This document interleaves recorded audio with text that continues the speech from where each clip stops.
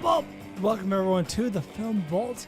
That's Anderson. I'm Brian Bishop. Welcome to episode 799, the annual Big Top 5 Sundance Preview. Sundance is going on as we speak. It'll still be happening when this episode drops, and we will tell you the movies we are most excited about at this year's Sundance Film Festival. Anderson, how many do you bring to the program? A bunch, but only 5 made the list. Really? Yeah. I showed real reserve. You really did, because don't you usually do like 10 or 15? Yeah. Usually I pulled 20. Why do I sound like this? I pulled 20, and then I culled from the 20 after reading more and exploring more about them on IMDb. I'm like, that's not for me. I got to be honest with you. There are years where I'm struggling for a 5. I'm like, yeah, what do I want on this list?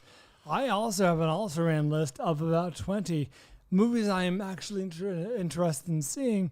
This is a robust lineup this year. It's the biggest crapshoot we do each year. Indeed. Because it's Sundance, and Sundance doesn't. Honestly, if I was programming Sundance, it would look very different. How's that? And they do program a lot of movies that either barely see the light of day, and when they do, they're not well received.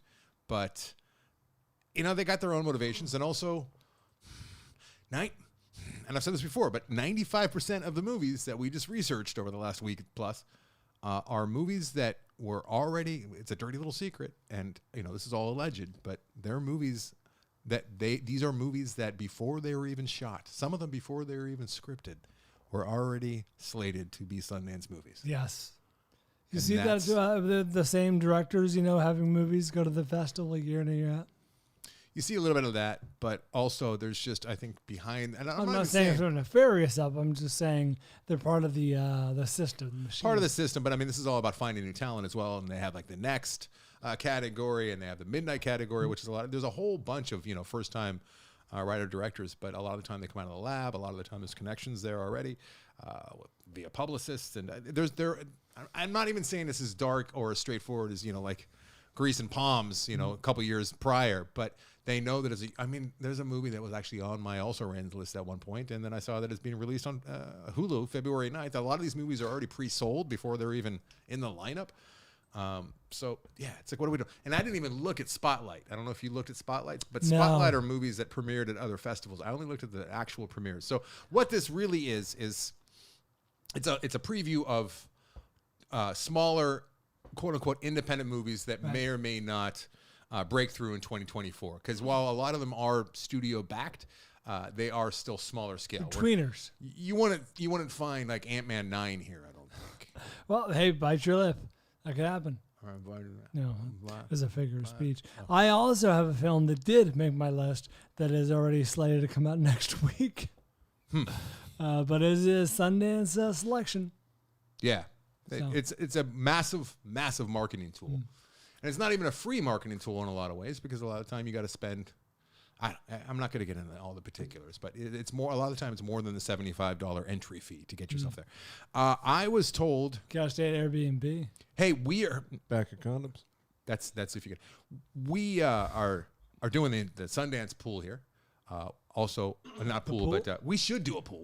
We should have some kind of reward for if either one of us picks the grand jury prize winner. Oh, sure. Ultimately on our list. Well, I don't know why we haven't done that. Better yet, like if we pick the movie that ends up, making money at the box office or winning Oscars. Whatever wins Sundance. You want immediate gratification. Well, he wants the money, I think. He does. Whatever gets the most bang for its buck. That's right. That's what it's all about, Anderson. Show business.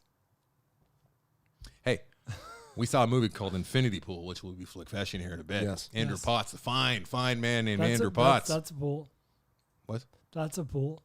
That's a pool? Yeah, a Sundance pool. Yeah.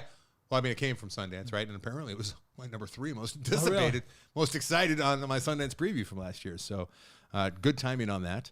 It was my number 3 last year. I'd like to thank everyone who has given to Loaded for Bear. And I just heard from Chris Moran, speaking of doing taxes early, he's already done his taxes at Chris Moran. Look at him. And he told me that from what he gave to Loaded for Bear last year, being a 501c3, it did make a pretty nice, sizable difference in his taxes. So nice. I love to hear that. I don't think I'm going to hear from anyone else for a while, because not many people do their taxes by this time of year.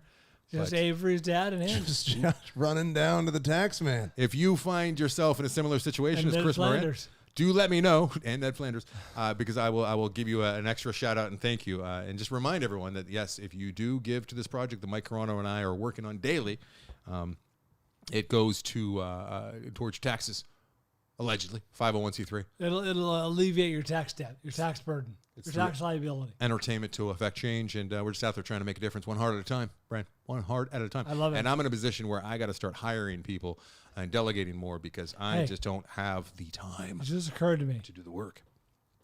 What if now? Admittedly, this is a long shot, but it's not beyond the realm of possibility. What if you and I end up at Sundance next year with our respective films? That would be awesome. Would you? I would feel like we got a bunk together. We would not bunk together. Park City's got a not a long street, but it's long enough that I think you could find accommodations at one end and I could be at the other. I don't know about that. It's pretty crowded. How annoyed would you be if only Bryan made it into Sundance? Oh yeah, that would be very upsetting. It was just the bald one. Yeah. And there was I would put in a good word for you. Oh, would you?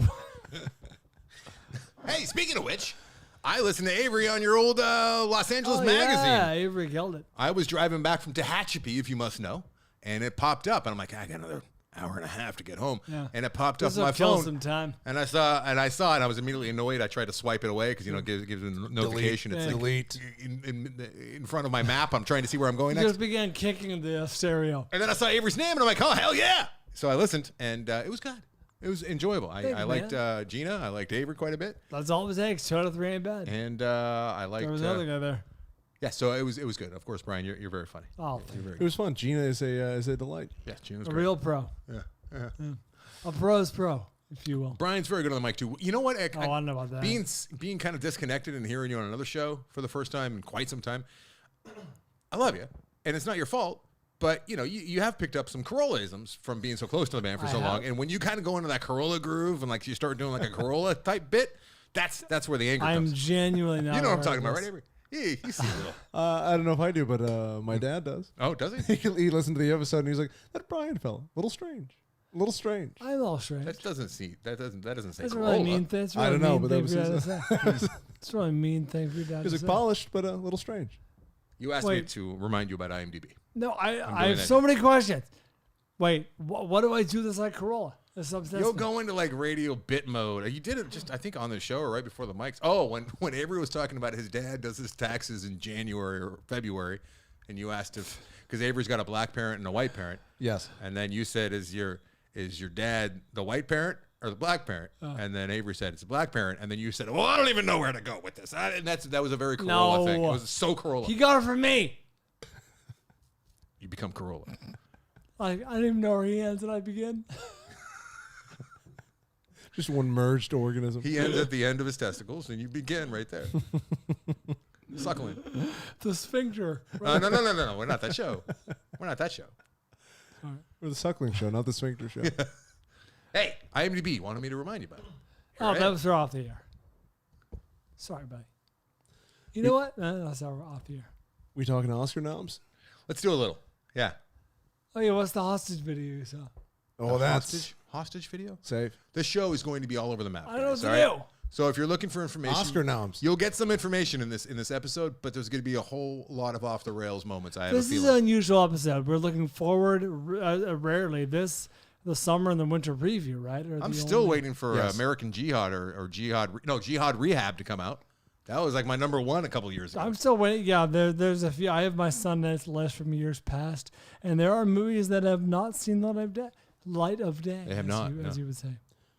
Brian, it's your favorite thing. What were the obvious snubs this year for the Oscars? First of all, I don't like snubs. That said, there were some surprises. He loves the word.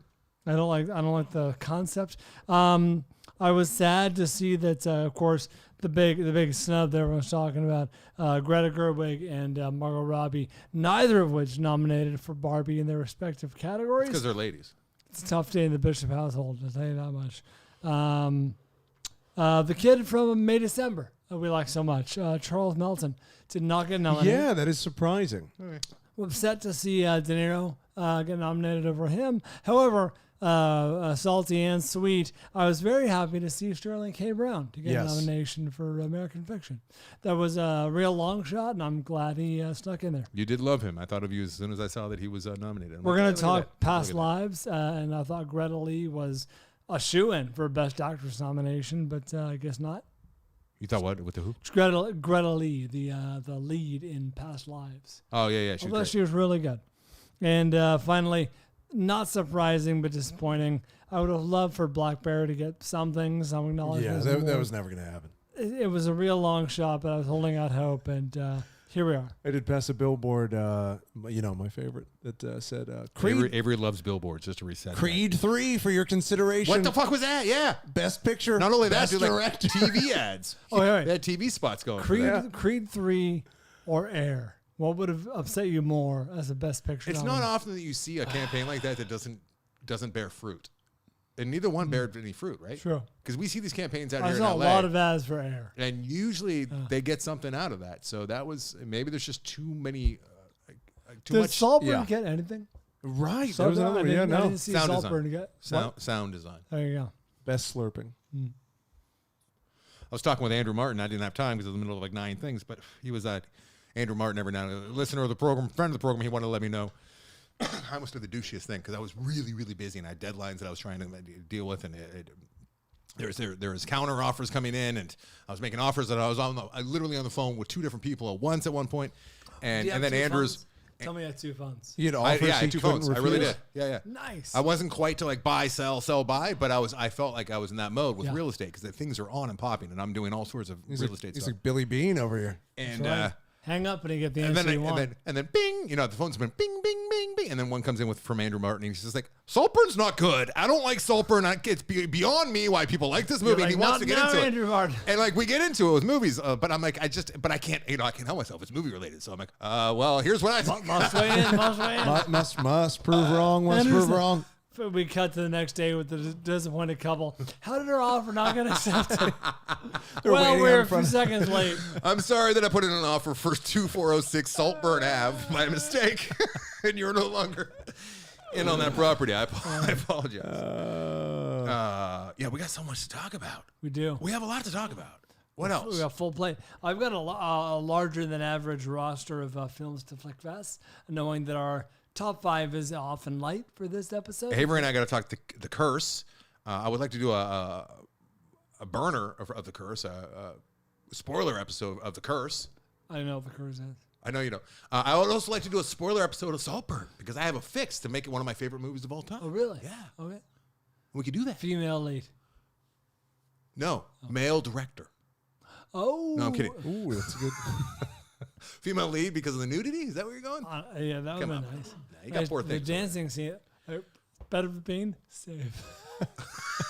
Better with Bean. There's going to be a Saltburn. I see what you're saying. Several scenes. Okay. Saltburns gonna be the entire bit. It's Just the scenes- same movie. It's just recast with you and scenes Bean. from Saltburn. Okay, let's get to this. Little fanfliction. Please. You know what? Andrew Potts, who assigned us Infinity Pool, telling me that Infinity Pool was my number 3. I'm looking at my notes. Not the case. You're making shit up there. Lying. Besmirching. Maybe it was you. Maybe was that you? No, I had all documentaries for years. It was not me. Last year's top Oh wait, 5. here it is, number 3, Infinity Pool. I am a fool. Oh my god. Okay, last year, you guys want to hear real quick? I told you it's gonna be one of those episodes. I had 10 because I'm an idiot, right? The Accidental Getaway Driver. What is that? No No idea idea. what that is. This is not. What is that? This is not a good promo for this episode. Okay. Number 5, D, an actual drama, Justice. Oh, no idea. Cassandra, my number, ostensibly number 7. Number 6, Iron Butterflies. No clue. We all remember that one. Infinity Pool had not been seen by me until this week. AUM, The Cult at the End of the World. Have not seen. Classic. Jama Joya. Oh, Jesus Christ. It's getting worse, guys. Not seen. Fantastic Machine, number 3. Not seen. You Hurt My Feelings, which I could see. I want to see. Have not seen. Have not seen. And number 1 was still a Michael J. Fox movie, which I did see, and I thought was all right. Number 5 for me last year was the one Jesus. that has not been released yet, Kim's Video. Still want to see that. What is it about? Number 4, I'll be flipcasting today. Number 3, still a Michael J. Fox movie. Number 2, I'll be flipcasting today. Number 1, Look at this. Little Richard, I Am Everything. What happened to that one? Solid enough. Was it good? Solid. Yeah, I don't like movies. they're great. All right. This is a ringing endorsement for this episode. I know. What the hell, guys? It's usually not that bad. I was really swinging for the fences, I guess. I Get guess ready so. for movies you'll never hear again. How about movies that have been seen? Jam Joya. Movies that have been Jamoja. seen by the listeners. Fanfliction, compiled by, as always. Well, in my defense, 76 people have rated Jama Joya on IMDb. It's not my fault that they did not make It's the movie available. inaccessible. Inaccessible, right? Okay, I'm Are sorry. you not interested in Asian cinema? I am. That's why it was on my fucking list, Avery. You haven't seen it? I'm more I was gonna interested in say. them making it readily available Lip for me. service. Fanfliction, compiled by the Mitch Burns. Michael DeVitrio, I saw ISS today. It was really odd. So much potential, and it fell flat. One of the oddest slow-motion fight death scenes I've ever seen. Catch it on a slow weekend when it comes to streaming, but no need to see it in theaters. Zesty close dig on Reddit. Beekeeper. I really hated it. I just don't get these stupid action movies. Honestly, if this is what it's going to replace superhero movies, I want more. I don't know how this type of movie gets 70% of Rotten Tomatoes. It's just so dumb. SLC Movie Junkie on Twitter. You're going to like this, Brian. He saw The Manchurian Candidate 1962. Yes. Give it to me. Wash over me. I watched it years ago and I thought it was boring because I didn't understand it. You fucking simpleton. Now I do. And it's really good. Oh, I was really hoping. Now I do, but it's even It's worse. still the And same. it's terrible. If not worse. I forgot how evil Angela Lansbury was. Great villain. And lastly, Kurt Graver on Facebook. All of Us Strangers. I enjoyed Snub. this. Didn't quite do it. I saw 2 films. Maybe a film and a half. All right. I saw one that is sticking power. I want to hear what it is. Stay with me. Manchurian Candidate, 1962. No, from this year. Just came out. Origin. Oh, snubbed. I have seen Origin. Yes, it looks like Loving. It Looks like homework. is about, well, we'll get to that, is about author Isabel Wilkerson. Writes her seminal book, Cast, The Origins of Our Discontents While Coping with Personal Tragedy. So have you seen the trailer for this? Believe I have. And I remember thinking, like, oh, Christ. And that Ava DuVernay's name came out, like, oh, fuck me. Yeah, I thought I had no idea how they could possibly tie all these things together because the trailers showing, Trayvon Martin and then the Holocaust and then slavery and all these different things. And it's this black woman in different rooms in hushed tones going, these are all connected. Okay. There must be a way they're Sure. all the same. And I went, what the fuck kind of movie is It might this? be amazing. Here's the problem. I don't know if you're like me, but like certain films butting up against award season, you're like, Yes. fuck, I really don't want to see that. And if it's up for Best Picture or some other notable Oscar, I'm going to have to. But Yeah. I'm going to slow play it till the very last minute. And that worked out with one movie for me, Origin, and did not work out with another movie that I'll be flipcasting today. I don't know if you had that same I feeling. actively try to avoid these movies. Yeah. I have no interest in these. These are the remember what white people did civil rights movies that Wait, why did you see Origin? then? well, because about every other year my dad will go, son, No. Oh, no. we're going We're to gonna- see this On the way to movie. the We're tax doing the man. taxes, and then we're going to celebrate our taxes done. I know you do On your little time. soup in a movie. And We're I doing go- 1040 easy in a movie. This is how I saw Corolla. This is how I saw Selma.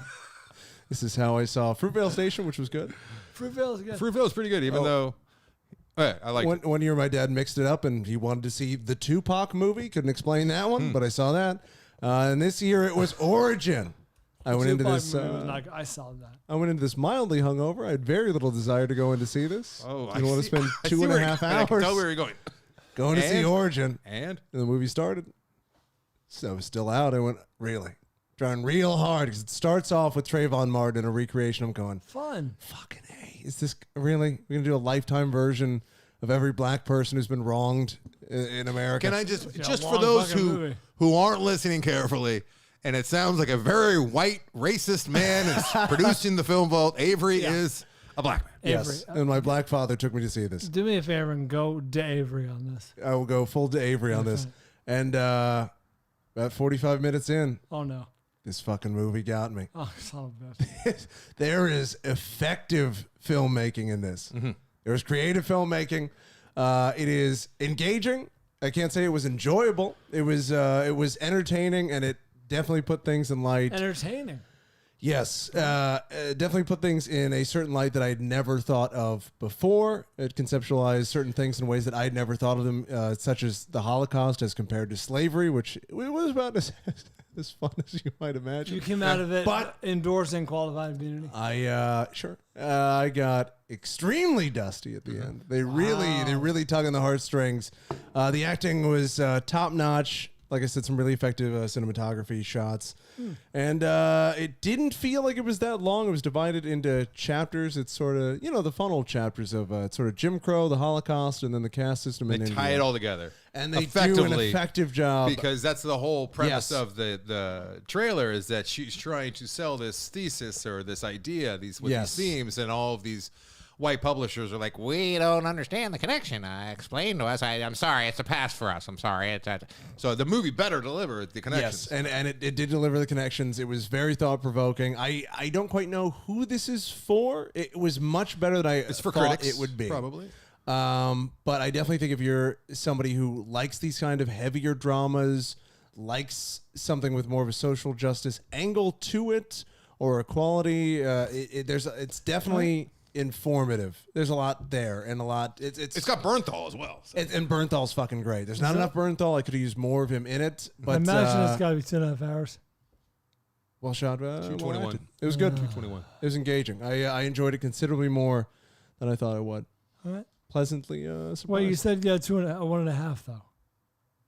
Isabel, it's 2:15. Okay. 2:21. So I thought you had 1.5 2 hours, movies. 2 hours 21. Yeah. I thought you had 1.5 movies. Isabel Wilkerson, good. She did a very good job. She did a very good job. You spent a lot of time with those two, right? And apparently, this is not a spoiler, but they at the end they talk about the caste system in India and about the Untouchables, which I knew very little about. But that's what they used to be called. Now that they're referred to as Dalits. And what does that mean? What was Untouchables?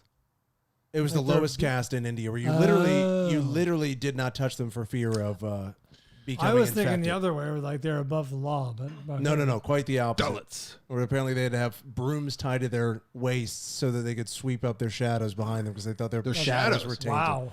That's how fucked up India was with all this. But at one point, there's a scene of part of their job is like waste management. So if there's a public toilet, they have to climb into the septic tank, basically just in a loincloth, and unclog it themselves. Slumdog Millionaire Yes, style. they have a scene of this, and you're going, wow, this is unpleasant to watch. Unpleasant, even still, when you find out that they consulted with some, Dalit scholars, and they went, don't soft pedal this. Really show this happening. Wow. So you see a man get fully submerged in a septic tank to unclog it. I'm into that. Oh. And it's It's my thing. It is effective. Yeah, I'd rather not. So like I said, it's not an enjoyable film, but some would say an important film. Okay. No. And I'm glad you brought it to the program. Thank you. And was it nominated for anything? it was nominated for nothing. Oh, that's shocking. From everything you just told me, that shocks me. Yeah. But I think That's shocking. But it just went wide. It got New York release. I mean, right in September. It was Oscar. Yeah. No, they didn't. It was eligible. They didn't care. True. Yeah, obviously- it was That's really surprising. a moderate long shot to get nominated for Best Picture, but here we are. And then I got a quick one for you. So palate Yeah, cleanser. because so far it's been the fucking Avery show, and you know that some people are very upset by that Avery. They should be. They do not like it. They should be. I got a quick one though, and it is worth it. Right. It's if you combine all 3 episodes, it's 2 hours and 15 minutes. It's almost the same as Origin. Much higher on the fun scale. No. Not Blackberry? No? It's a true crime doc. Oh, that's the one that my wife On is watching Netflix. by herself. American Nightmare. I said no. Holy fuck. No, really? Holy fuck. Yeah. This is one of the most unbelievable true stories I've ever heard in my entire life. The cold open is basically 30-year-old white couple, and the people break into their house in the middle of the night dressed in swimsuits with guns and laser pointers, kidnap the girlfriend, say we want $15,000 or we're going to kill her. They get the guy. He tells his story. You go, this guy's fucking full of it. How is American Nightmare not taken as a title? I don't know. Think he's completely full of shit. They just outright think he's lying. It gets stranger and stranger and stranger until eventually, several days later, she's released 400 miles away in Huntington Beach, and the story goes from there. Nice beach town. And the police eventually end up accusing this couple of staging a kidnapping, and it fucking goes from there. Calling the wife real quick to see if she's watched the show. It is fucking harrowing, and it is. I'm concerned. Filled with twists and turns. Very, very. 2 hours, 15 minutes out the door. Yeah, out the door. 3 45-minute chunks. Excellent use of recreations. All right. My own wife is not answering her phone. Really snappy stuff. Okay. And yeah, like I said, just really some jaw-dropping true crime because the bar is so high now, and a lot of it is not worth your time. And this went down smooth. I'll say the final episode. Probably some trigger warnings for some people. Really? A little bit of icky content, as you might expect. Some explicit sexual content that might be hard for maybe some of the 8%, especially. But they love their murder porn, so thank you. I don't think it's anything that if you're a murder porn fan you haven't seen before. But it is again very, very effective and well paced. Definitely worth checking out. This or Love What Must Rule. What's it called? Love Has Won. This is snappier and for more people. Love Has Won is. This is more of a mystery that keeps you guessing the entire time. All right. Where you're really jumping from scene to scene of who the fuck do I believe and what is going on. I love those. I love those. And I said no, and now I have regret. And this has been equated to the real life Gone Girl. Is how it was being pitched. Now I'm out again. Look at this. It's like a roller coaster over here. It's a roller coaster. What's your time? American Nightmare. And Origin if you want to feel sad that you're a human. That's a lyric in the Howard Stern opening theme song every morning. What's that? They call me American Nightmare. Oh. Mm-hmm. Rob Zombie. It's a Rob Zombie produced track, Brian. He sings on it. Okay. I'm familiar, man. Let's get to what we do, which is... We're deep in this episode. We haven't not talked movies yet. Movies. I saw a movie. Oh, did you? Yeah. Yeah. I have no idea what it was. Brian, what do you want to... And Brian, you're bringing fucking old, stale shit to the pool. All right, should we talk a little Oscars? Do you want to talk... Do we want to talk about the nominations at all? Like, do we want to at least list? Can you list the 10 that are up for Best Picky? Yes. Give me a moment. Because we're talking about one of them, right? It is. Yes. Well, probably. I want to get to Anatomy of a Fall, but That's this guy, I don't think this guy's seen it yet. Yeah, I saw it. You did. Oh, you did? Yeah. Save. We're going to save it for later in this. No. Yeah, in this episode. Okay, we're going to talk about it in this episode. Yes. And as well as Past Lives. Lives of the Past. Past Lives. Save. As well as Infinity Pool. Save. Okay, those 3 things. As well as The Curse. Oh, we got a lot to talk about. Is.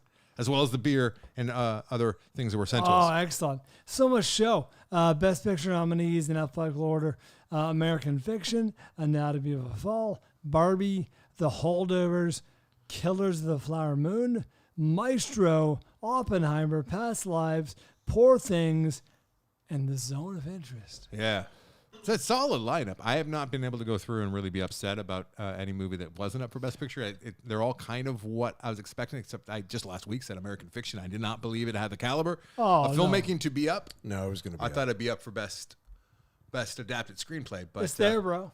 I'm also... And Best Leading Actor. Shocked. Well, that's deserved. I'm not shocked by that. I don't know Supporting actor. Penelope?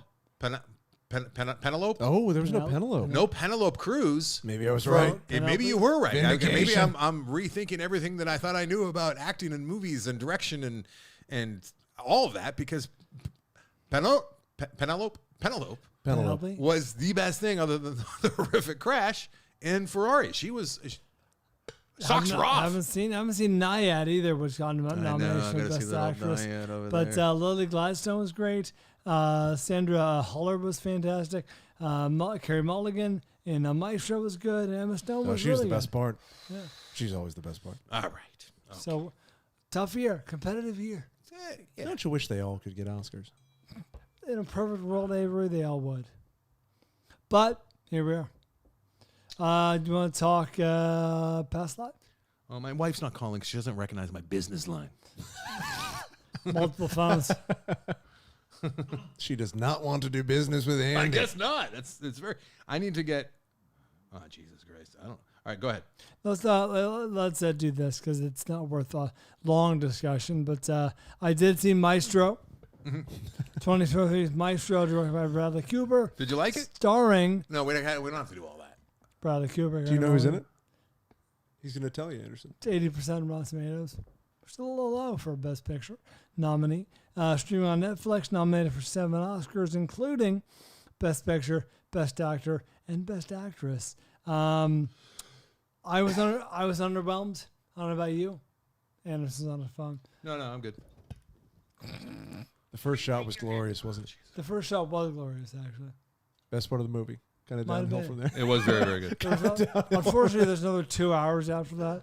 The movie was... Okay, real quick. I just got to check in with the wife, all right? It's that kind of episode. Hey, hon, you're on the Film Vault. You cool with that? No. All right. Have you watched American Nightmare yet? What's it about? It's that 3-part docuseries about the kidnapping. Oh, yes, the one I suggested and you flatly declined. Yes. Very upset. I was hoping that I still had a chance because I know. Avery's singing about how great it is. Okay, I'll be disappointed for the rest of the episode. Thanks, honey. Okay, yeah, enjoy. Bye, I love you. That was it? I had to know because I would have forgot. I would have forgot by the time I saw her tomorrow evening. You had a chance. God damn it. You had a chance. I totally did. Yeah. Could have bonded with the wife and seen something great. I will never watch it now. Son of a bitch. I was hoping for more from Maestro, coming on the heels of Star is Born, but it was a very... Like, I kept thinking of what you said, Anderson, which is not enough of what made the guy... We saw like one scene maybe, right? Yeah. Where he's actually doing his thing. He's famous and celebrated for being a maestro. Not enough scenes of him being a maestro. Same exact complaint with Napoleon. Like we see him being like a strategist maybe twice in the entire... Like, the love story is, I hate to say it, but not remarkable in any way. Who cares? Oh, when the... in the Thanksgiving fight is great. in the third act, when... Does a turkey end up in the trash? No, so it's not as great as the stories I've told. There you go. Yeah. When Carey Mulligan leaves our story, that was very effective, but otherwise unremarkable. But it dragged on then. It did drag Fuck. on. It was not notable. Or Anyway. do you get a little choked up when he was having the real conversation with his daughter that ended up not being real?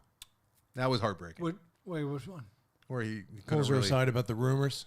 Yeah. That's not real? No, he didn't come clean. Like he wasn't able to with his own fucking I thought daughter. you meant it was imagined. That's heartbreaking. Eh, That was heartbreaking. yeah.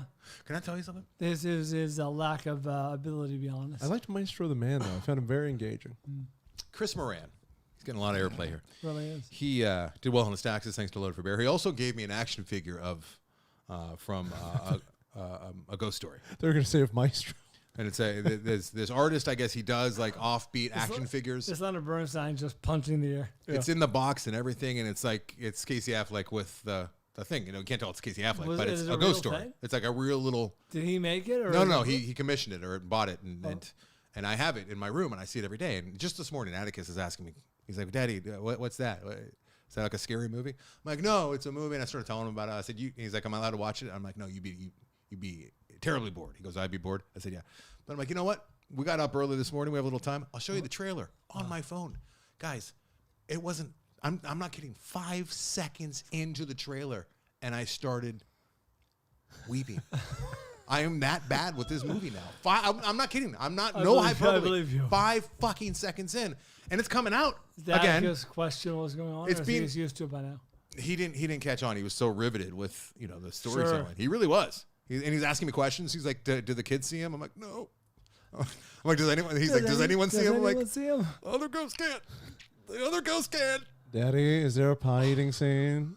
He doesn't know about the pie. How yet. long does it last? But it's coming out in theaters next month. What? They're re-releasing all sorts of movies Really? because there's a gap because of the strike. So I don't know why a ghost story is getting more play, but AMC is really re-releasing it. No shit. Soul's coming back out in the theater. Wow. I never saw the light of day because of COVID, but all a bunch of movies that have already been released are coming back. Wow. I want to go see a ghost Oh, you story. never cashed in your I know I gift. didn't because it was very hard to True. make that happen. I want to see IMAX Ghost Story. Believe me. Yeah, it's IMAX, yeah. Yeah. Brian got me that for a gift at the USC on the USC campus. Thanks with friend Alex who teaches over there. However, I don't know if I can step foot on USC. I think you can let it go once the movie starts. Fires up. Oh, guys, we should do a watch along of Ghost Story. You could just watch me cry for fucking 2 hours. It's unbelievable. It's unbelievable. That would be funny. It's like I'm allergic. It would also leave a lot of space for talking. It's like I'm allergic to it. Like it's just immediate, like my sinuses. It was like You instant. get hay fever. Okay. Sorry. Go That's ahead. it. Maestro. Aside from that, good news, Anderson. Everyone smokes. No, I saw that. Not only do they smoke, he smokes. I don't know if there's a scene with him not smoking. There's Great a, news. It's There's really a good scene news. where a key character is dying of lung cancer, and another character is happily smoking next to the person. Yeah, that's how they do it. Yeah. Got to cope. Hey, if you're a fan of a good Mid-Atlantic accent, then you're in luck because it's throughout. It's throughout, darling. I can't explain it. I can't justify it, but I like the movie. You do. Yeah. True, like you and me. But it's not good here. Here's the thing, Avery. It's not a very good movie. I'm not claiming it is. I'm thinking of a number. All right, where do we go next? Let's make it Oscar heavy. All right, let's move on to either Anatomy of a Fall or Past Lives. Which do you prefer? Oh shit! Fuck it, Doc. All right, let's do Past Lives. Oh, let's take a break. Actually, let's take a quick break. Oh, Come back. We'll Past Lives. Oh, this is terrible. I didn't write down any notes for Anatomy. Did you delete it All right, again? that'll be fixed. Past Lives. In the meantime, I wrote 50 Cent. That's all I wrote for Anatomy Great of a Fall. cover.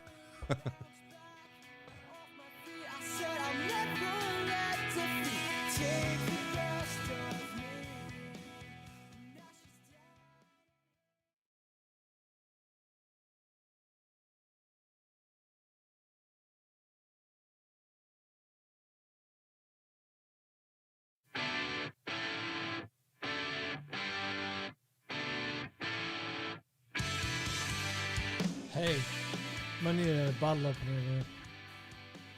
There he goes. Welcome back, everyone. Anderson just handed out some fancy beer, exotic beers. Do you have fancy glasses for it? I believe this is French. Oh, Belgian. Excuse me, Belgian.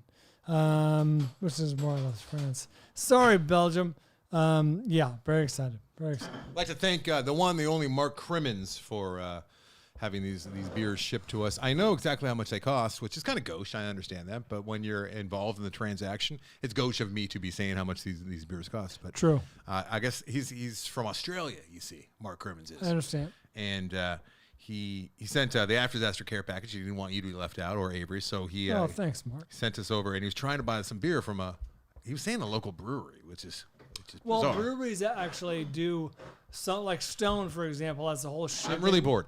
So a whole distribution very division where there's other beers. So he sends me $70 to my Venmo and says, "Hey, call like Bill at this place and have him Call send Bill. you what I already ordered. He'll know the order. Here's the order number." So he sent me the $70, then I put the $70 on my credit card, which went to this beer, and it's a 6-pack of beer for $70.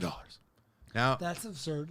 I see, $14 for a 6-pack, and I'm like, can't be drinking tonight, I guess. that's how I roll. But we're all going to be enjoying.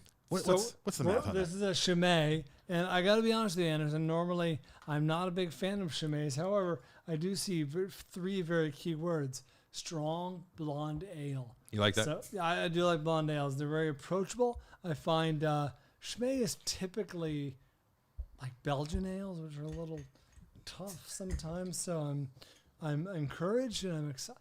I feel like we should have the proper glassware. I'm having a Bryan moment. Oh, we should pour it in the glass, is what you're saying? Okay, let's just move on with the program. I'm excited for this. Thank you, Mark. That's very cool. Actually own Chimay glasses. Son of a bitch. How do you say Chimay? Chimay. That's how I've been told. All right, let's continue. That is the most I've That is ever nice. enjoyed a Chimay by far. And she's a 10%er. Strong. Oh, is it 10%? Is it 10%? Careful, Brad. Careful. Yes. Ooh, that's pretty nice. Hey, Goes down smooth. Mark, thank you very I much might for not make it thinking back of to my us. bedroom. Okay. It's 20 feet away, but that's a harrowing walk. Past lives, Brian. Past life. I'm fucking wasted right now. Past life. Past Lives is a 2023 film directed by Celine Song. This is her directorial debut, starring Greta Lee, Teo Yu, and John Magaro. 96%, Rotten Tomatoes. You can rent this movie across many platforms. It is nominated, pardon me, Jesus. for Best Picture and Best Screenplay. You had a sip. Anderson, I will tell you, this was one of the movies I watched on my flight to and from London. I was excited to see that it was streaming. You watched it twice? I don't remember which direction I watched it, so it was on one So of you those just said flights. to and from. To just to cover- and or from. Oh, you said and or. Okay. No, I did just now. Oh, you were just covering your bases. Great series, Disney Plus. And or. I wouldn't know. I'm a Star Andor, Wars that's nerd, different I than don't know. Andor. Jesus Christ. How does anyone listen to this program? And we're adding beer to the mix.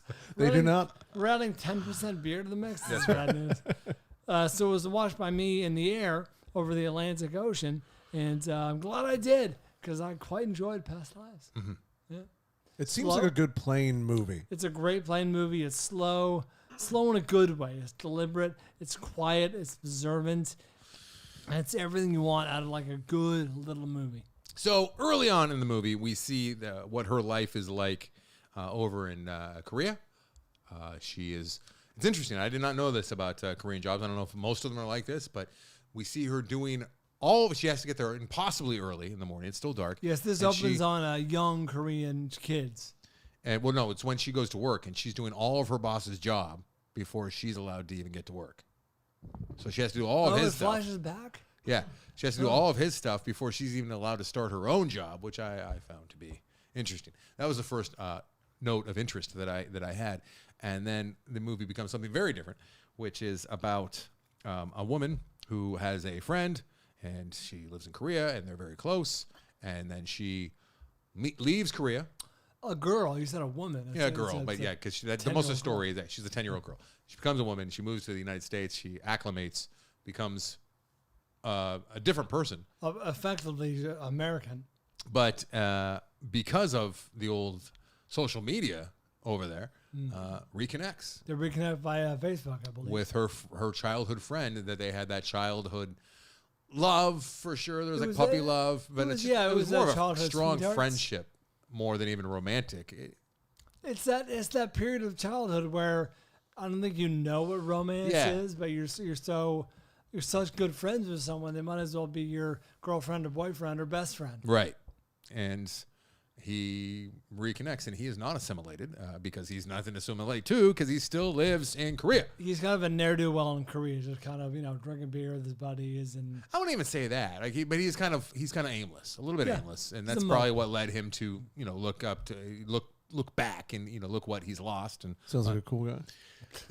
Is it a little like you? A little relatable. Stop it, Avery. You know what I think of that you said to me? And it was kind of hurtful, actually. You said it to me like 6 months ago. About 2 6 months sips ago. of beer and But I think about it all the time, and actually made me have more respect for you, even though it was hurtful. But you suggested that I've never had a real job in my life, which Did I? could be it could be argued to be true, I guess. Did I real suggest job that? being like not. When did I suggest this? I forget, but yeah, I think it was a job you were doing or something, and I don't know, but like you're like, yeah, you've never had a real job in your life, which I kind of I do not think I said it like part of me I don't remember thinking that. part of me is actually kind of like feather my cap, like fuck yeah, fuck you to the man. I've never actually had to have a job, but also I took it as like a bit of a sting, like you don't know what it's like to get up in the morning. Which Punch No. the clock. I think if I can vaguely recall this, I think it was more just, oh no, you fortunately have not had to deal with this stupid, petty bullshit. Well, look at sort of retconning. so I've had to deal with bosses and whatnot, and that's why I don't. Yeah. You know what I mean? But no, I took it to mean like also that you're you got your shit in order, and like what it takes to live life like the way you got to live it, and that means Well, I don't know about that. So really good beer. do not say that you're a ne'er-do-well who's aimless. So, anyways, through a series of I events, do like the beer, and I do go on social media after I've had some. these two strike up a newfound relationship, long distant relationship, and it is a slow burn. It is. And if these two are not performing the way that they did and getting you to buy in, this movie tedious. is it wasn't tedious though. No, I'm saying if they're not. It would have been, yeah. And ultimately, this movie is very effective and heartfelt and. But wait, sorry, you're underselling it because there's a round 2. Right? I know, but I'm trying not to give too many things away. So ultimately, what happens is like life goes on, and there are it opens up with okay, you know what? We can just, because it opens up at the bar where we hear a disembodied voice. So that's the flashback. Yeah. Okay, so we're allowed to do that. Yeah. Okay. So it opens up with an American man. You got a long shot of 3 people at a bar. Korean man talking to Korean woman with white guy behind the Korean woman at the bar. Clearly part of the group. He's a third wheel. Yeah, third wheel. Yeah. And you hear this disembodied voice, late night at a bar, and there's some drunkards. And it's a nice bar, it's their perspective, POV shot. POV shot. We don't actually see the person who's saying this is the opening of the movie, saying, and they're trying to guess like what the threesome's all about, like and how do these people know each other? Is he the translator? Yeah. Like, how are is they coworkers? Yeah, because they look odd. Like one of these guys doesn't belong. Yeah. It's an awkward situation, at least. Yeah. And then we go into their childhood. And so, ultimately, as you might imagine, with lost love and reconnecting and people moving on with their lives and life continues to move forward, the inevitable is occurring, which is she has not only a new life, but she has an adult life, which involves an adult man. Right. But there's a lot of what could have been, what should have been, and it's all relatable. This is going to sound weird. Just today, I was talking to a 16-year-old girl. Oh, Jesus Christ. About this movie. Here I'm in the mark. And she was talking to me about how she really liked this movie. But she... What are you talking about, Mike Carano? Why would you do that? Didn't like it till Mike Carano was in the room when I was talking to her. Shocking. And she didn't like it until the end. And she didn't realize she liked what she was watching. Was she stepping out of a Subaru? And I told her, no, she was not stepping out of Mike Carano's car. And I told her, and I felt like such an old fucking man saying this to her, but I believe this. I said, I think you can't really appreciate it where you are right now, but this is the type of movie that, like, once you've loved and lost or, lived a little longer, her mom's sitting right there hearing me talk to her. And this is right after I told her not to go to college, too. Jesus Christ. Her mom Don't go to college. Her in the car on the ride home. Go date a Korean man. So her mom came back I was in her dressing room. Oh, this sounds even worse. I was in her dressing room. Oh, Jesus I had to interview her for a gig. Turn this off. Telling her she'll understand when she's older. And her mom comes back in. This is blacked out. And I look up at her mom. I'm like, hey, I'm just telling your daughter, Callie, that she shouldn't go to college.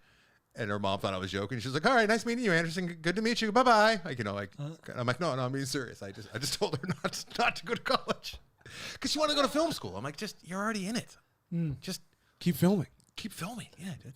Learn by doing. All right. Well put. Anyways, but yeah, I think it's a movie like where you have to have. It's a type of movie like we heard earlier. Somebody who watched Manchurian Candidate when they were too young. Yeah, and you're right. This is the movie We you did a gotta whole feel. episode of movies we watched when we were too young. You gotta love and lose and want more. I'm glad you mentioned that because it's less about loving and losing than it is about making a different choice at a certain point in your life, right?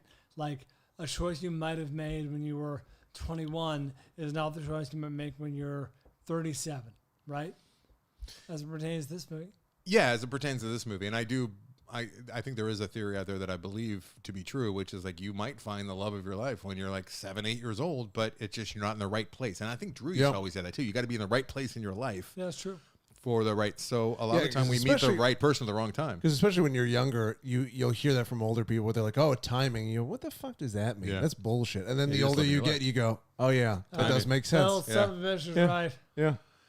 But ultimately what you hang your hat on with this movie and what you'll think about when thinking back to this movie years from now is, I think, really the meat grinder that the husband went through. Yeah, for sure. That is an element that sticks with you. His reaction and the way that he responded to it, which I really appreciated. And the end as well, which it's not a Hollywood ending. That character could have gone so many ways. It was interesting the way they sort of kept him tethered, I guess you would say, in the middle. Yeah. Like they could have flown off the handle, you know what I mean? I don't want to give too much away, but that character had every right to be a little off put. I think what's most effective with this movie is it is, at the end of the day, it's a three banana, right? There's three main lead characters here who are all going through very difficult situations, and I absolutely was able to empathize and feel deeply for all three of them, and that's what kept this movie going for me. Is I really felt for all three of them, and there's nothing malicious. There's no like bad decisions being made on purpose to hurt other people. It's just fucking life and relationships, and it was very effective. I agree, and I don't want to lose this thread. Greta Lee, the star of this movie, was awesome. She was really good, speaking fluent Korean and fluent English, and really knocking it out of the park. I was super impressed. Yeah, me too. So was I. This is not a movie that's made for me, and it's not a movie that I'm I can have in It really is my a good vaulties. Plane movie.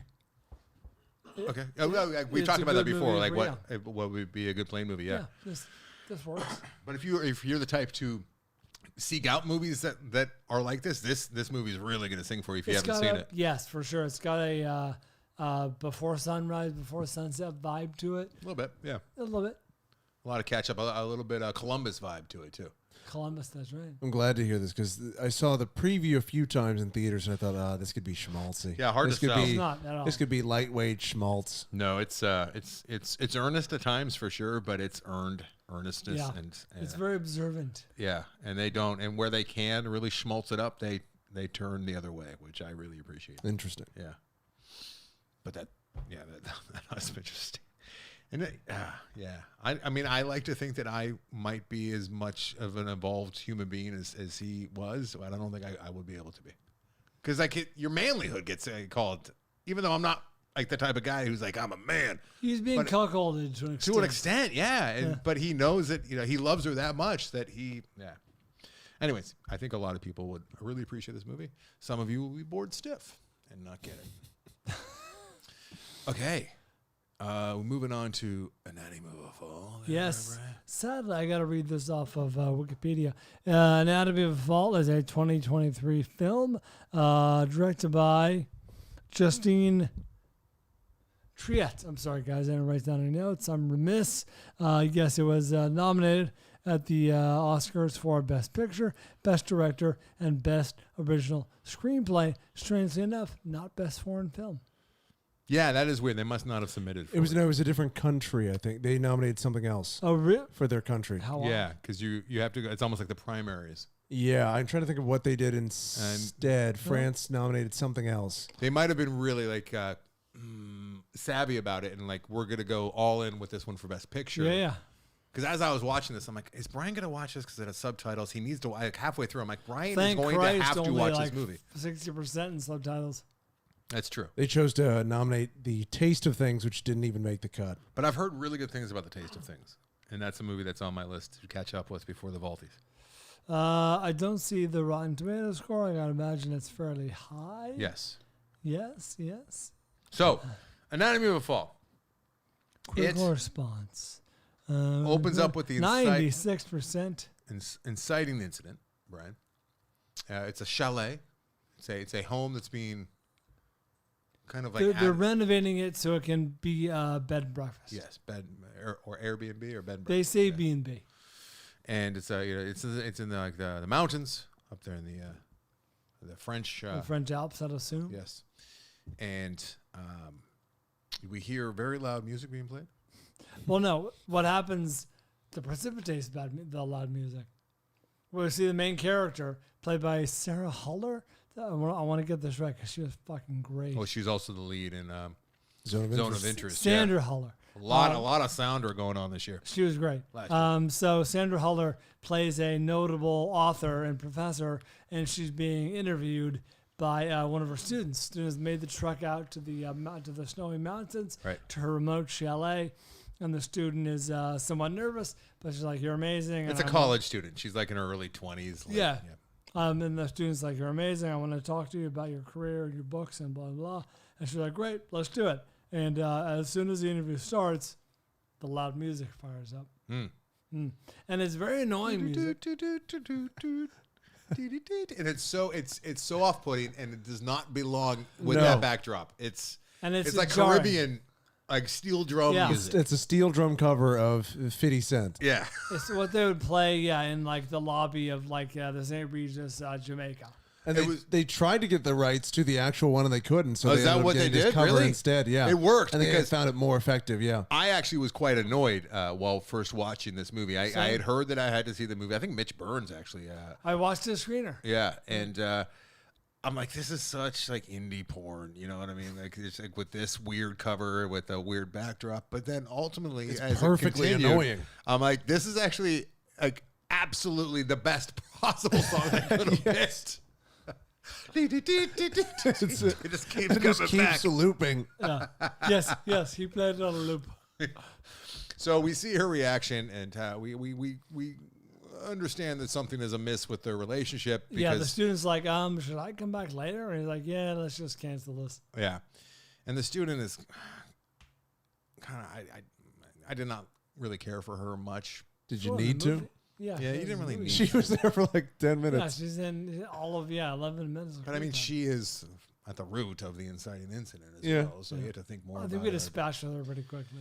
So ultimately, what happens, and we all know this just from looking at the goddamn poster. Well, is, you see the son leave. The son, we find out later, is blind. Well, yeah, I mean, it's kind of inferred, but we're not giving anything big away there. But yeah, he's got a companion dog, seeing eye dog, Snoop. Snoop. Yeah, Snoop was great, and all of these things end up being Snoop goes through some shit. really important details for what ultimately becomes a very, very long and drawn out Yes. procedural. Oh, Speaking this of true crime, yeah. This is the good version of the Chicago 7, the movie from a couple years ago. that People we were like very the Chicago 7. There's a lot of pop and flair with the Chicago 7 that people seem to respond to. Underwhelming. I agree.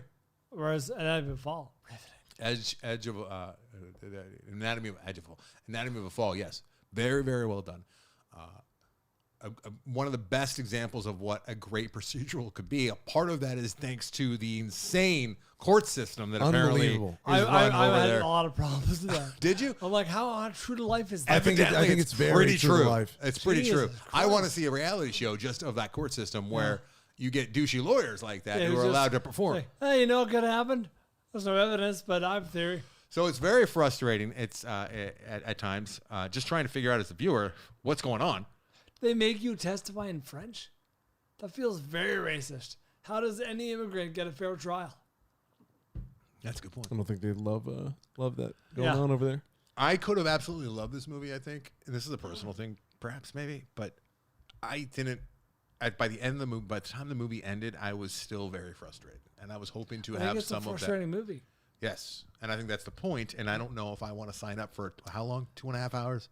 It is long. It's a tougher recommend. It's not the toughest, but the movie's not going to. It doesn't have a few good men moment at the end where it's like, I ordered the code red. You goddamn ready. There's no satisfying, moment. But I found it very engaging, and I didn't mind the ambiguity. I think agree. that I did bothered a mind lot it. of people, and it I didn't. did I it, was yeah. fairly riveted. I was riveted throughout, but I want to get an answer. And I maybe we're spoiling something by saying that you don't get an answer, but I feel like, Oh, I think. But we don't say what the result is. well, we're saying there is no result. But there's a court result. I But think that you for don't- me, you if a don't get the button was put on truth. if a button was put on the movie and we could go back and see the actual events, I would have You know what? preferred that. I think it would do- kind of ruin it. I'm wondering. I agree with you, Anderson. I wonder if we're conditioned by so many American movies. I was expecting a twist. You know what I mean? Not even a twist. I was just want to see expecting ultimately like what happened. What's the one with Ed Norton? The Primal Fear. Primal Fear. I was expecting Primal Fear as twist. Even like Tiger King, and I spent all that time, and I'm still not entirely. I think that Joe Exotic's a horrible piece of shit. I'm pretty sure, but I guess they give me with the all the animal abuse and whatnot. Yeah, I don't know. And maybe it's just a preference thing and a taste thing, and maybe we've said way too much. Have we spoiled it? Have we ruined Anatomy of a Fall? No, I don't think so. No. Because again, the ending is ambiguous, but there is still a court verdict that is rendered. Yeah. You There's just that. don't. You just don't find out the truth with a capital T. I thought, especially the scene that they played later in court of them fighting was incredibly effective. Oh, Them yeah, cutting the in and cuts out of of the actual them actually cinematic. showing it versus it being recorded. And then there's the whole kid He's aspect, which we have unbelievable. not gotten into at all. But He was this good. kid who's the blind kid with Snoop the dog, and how he interplays with the story, and not the story, but the actual events that happen, and what he has to do, what he has to go through in court, And what they permit in court, Yeah. which seems insanely irresponsible. and how he reacts to some of the things that he ends up doing in the house away from court Oh, my with his God. mom is all just, it's like you're on pins and fucking needles. It's really high drama, really well done. I thought there was a world in which he would have been nominated. I thought he was unbelievable. Yeah, He was really good. A supporting actor is always the most competitive Yeah. category. I But think in a weaker year he would have been nominated. yeah, not out of the Maybe. question for sure. He was He good. did have his moments on the stand, and And he was crying his balls off. He was unbelievable. He was great. I also was just frustrated, and I think that, it's designed to be so. But like, I wanted some of the dad. I wanted some of the man. I wanted to see what kind of guy he was. You didn't really get any of the dad till None. the end. And that was obviously very intentional. But like, yeah, it's very much her point of view. But I mean, if you like procedurals and you like, I can't say that word very well. But if like procedurals, and if you like true crime, this is a great version of this. This is a top shelf version of this, a dramatization of that. Yes, I think even my own wife would like this. And I don't. We even said like he ends up dead on the ground in the snow with blood, coming out of his head because he hit a shack. He somehow fell from the third story of their house. Or did he? Yeah, and you get the bringing out the dummy and the dummy was very effective. That was very disturbing to me, the way they shot that. And it was frustrating too because you can see both sides. You're like, at various points in this movie, you're like, she did it, and then she didn't. Yeah, there's no way. Oh, of course she did. It's back and forth, kind of like that. Going way back to one of the first true crime series that I really responded to, which was The Staircase. I think they made it into a scripted drama. I think it's on HBO. The Staircase. And this man, he had a wife who fell downstairs. She coming back down to like the spa or something. She fell down the stairs and died. And you're like, hey, but it's just a fucking accident. Then you find out like in episode 4 that he had another wife that fell downstairs and died. It's like, what the fuck's going on? And he's just, it's on that level of just intrigue. But ultimately, enjoyable. It's enjoyable, but frustrating as fuck. It was one of those movies that it felt long, but not in a bad way. Yeah, like it would have worked as like a well-paced. 3-part series because I did pause it a couple times. I had to go pick Atticus up from school, brought him back, told him to sit in the kitchen do his homework so I could go watch more Anatomy of a Fall, and I could not wait to get back to it. I couldn't wait. He's like, I'm done with my homework. I'm like, I don't care. You're like, Atticus, spell cat. I need 45 minutes. Well, it might take him 45. That's right. That's a joke.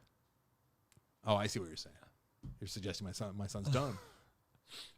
Suggesting he's not bright. No. Yeah, that's what you're doing. No. Speaking of uncomfortable. He's very creative.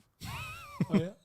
No, it's heartbreaking because poor Addie thinks that he's not great with getting spelling right away, but he's very, very bright in many other ways. But he does.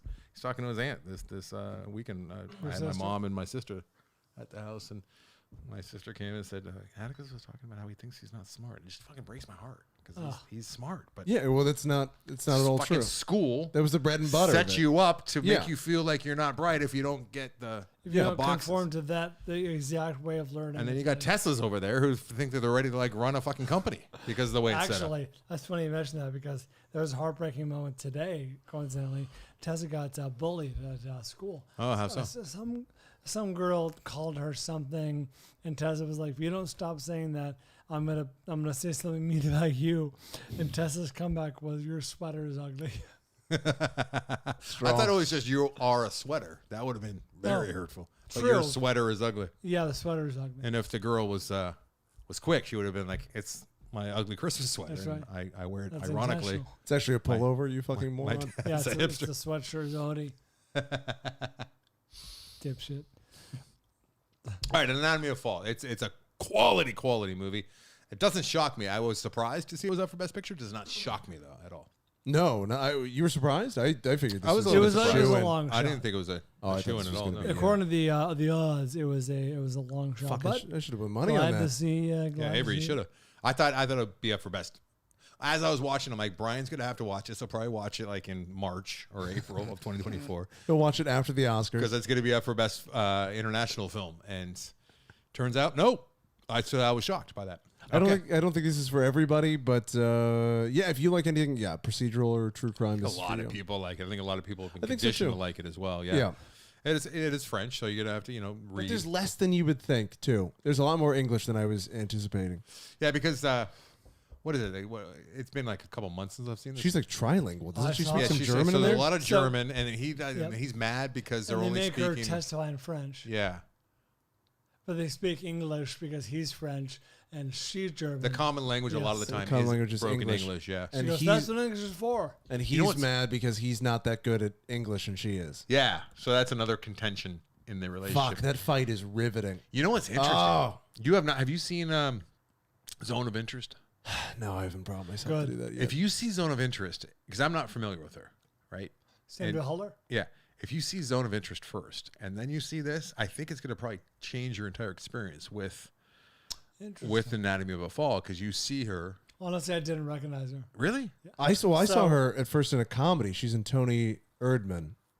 And it's a German comedy. And Look at you. What the fuck? Dude, get out of here. Where did Dave It's go? great. It's There's an NPR studio down the Yeah. street. Go It's knock great. on the door. 2016. Highly recommend it. What did you see her in? What? Tony Erdmann. Tony what? Tony Erdmann? It's great. Going on, Brian? It's great. I alluded earlier, Avery, to German comedy. movies that feel like homework and you put them off, hoping they don't get nominated. You can skate, like Anderson said, till April or May or never seeing them. This was the only Best Picture movie I hadn't seen as of this morning when the Oscar nominations came out. And so I was like, fuck, now I got to watch Anatomy of a Fall. Oh, you saw it today? Yeah. What? You spent 3 hours today? Oh, this is today. That's the kind of life you live. So it's fresh. I enjoyed it. Jesus, Brian. What? Hey, let this be a testament to the movie, because I saw it like maybe 2 months ago, and I'm still recalling everything I'm recalling without notes. And Brian's also saw it just today. It's fresh, and we're lining up. It's not like, what happened? A little bit, maybe a little bit of that. Did it but, hurt you when Snoop was doing so well? Oh, my What God. do you think, Brian? Imagine you were doing well. I did not enjoy watching the dog Snoop not do well. That was challenging. That was going to determine how I felt about that movie, is how I feel that like played out. we just shaved How off does all this- 5 more percent of people who were going to watch this movie. Like 5% just fell off with that comment right there. Like, all right, not for me. The French was a barrier, but I can read if I have to, if it's good enough. We got a lot to discuss. We got a signed film. I have 2 more movies, both from last year's Sundance list that I've actually had for a while, and now I must flick past before we move on. All right, well, let's take a quick break here, Break time. and we'll come back Should with we do Infinity Amazon? Pool. Or should we just take a break? What do you? Well, we could probably Because this- save it because there'll be a shorter episode next I'm one. drunk, by the way. I'm drunk. Fucking I'm drunk. like that.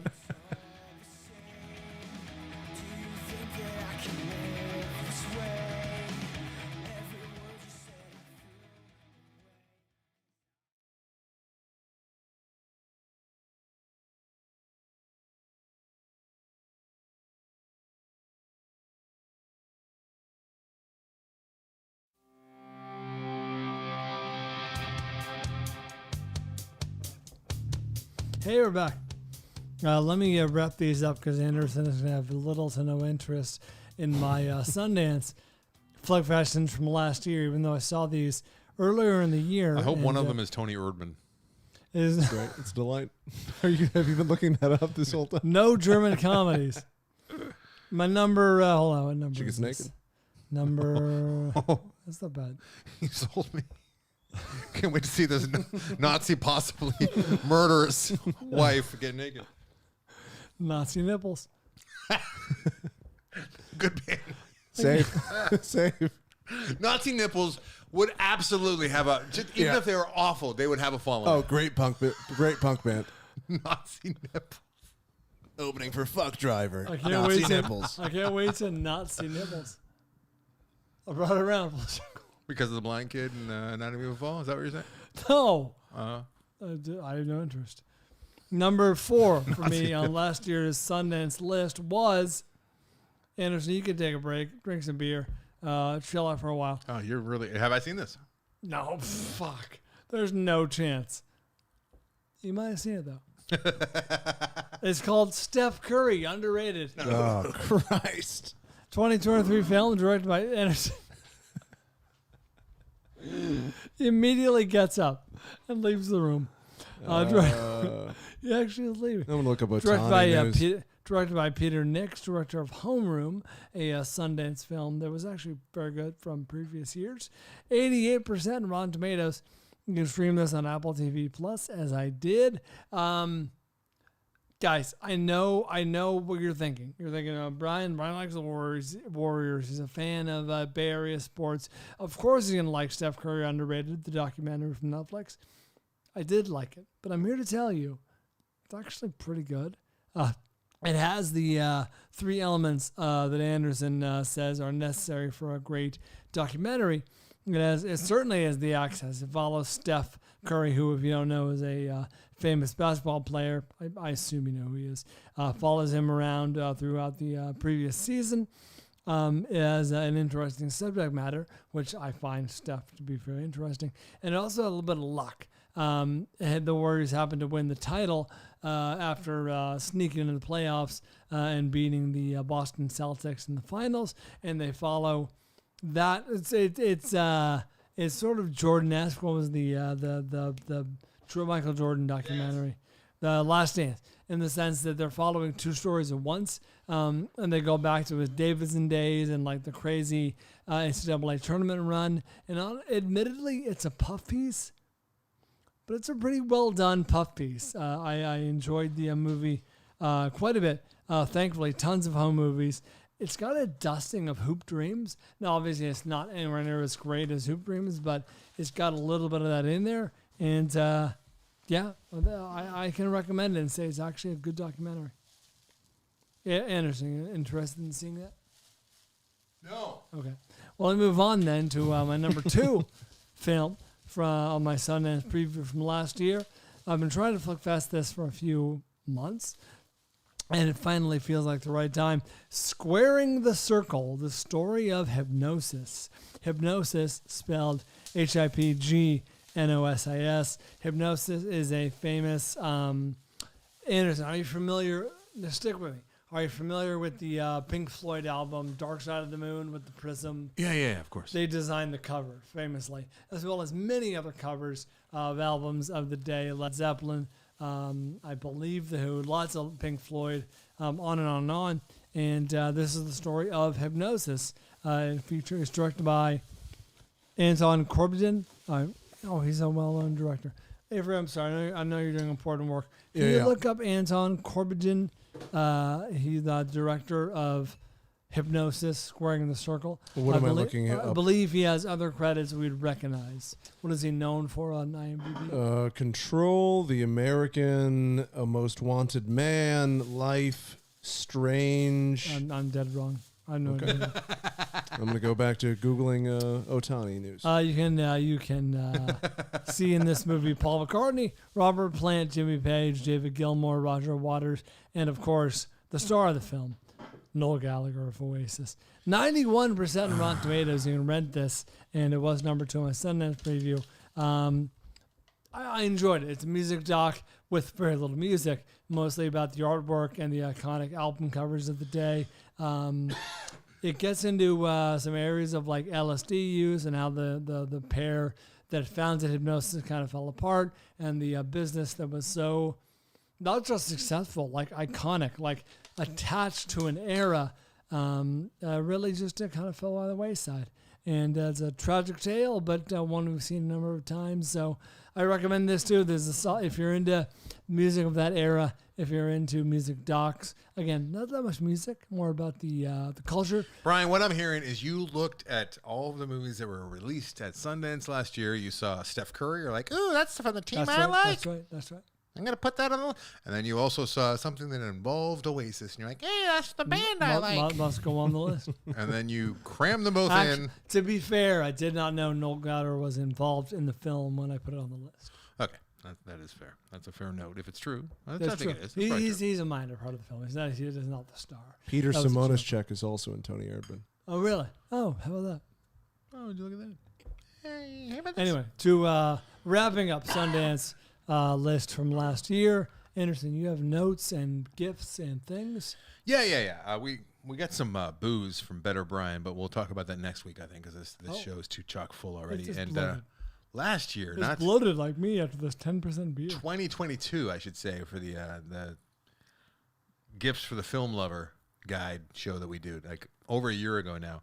If you recall, I found we do this sometimes. It happens every now and again. Like we're on our list of gifts for the film lover in your life.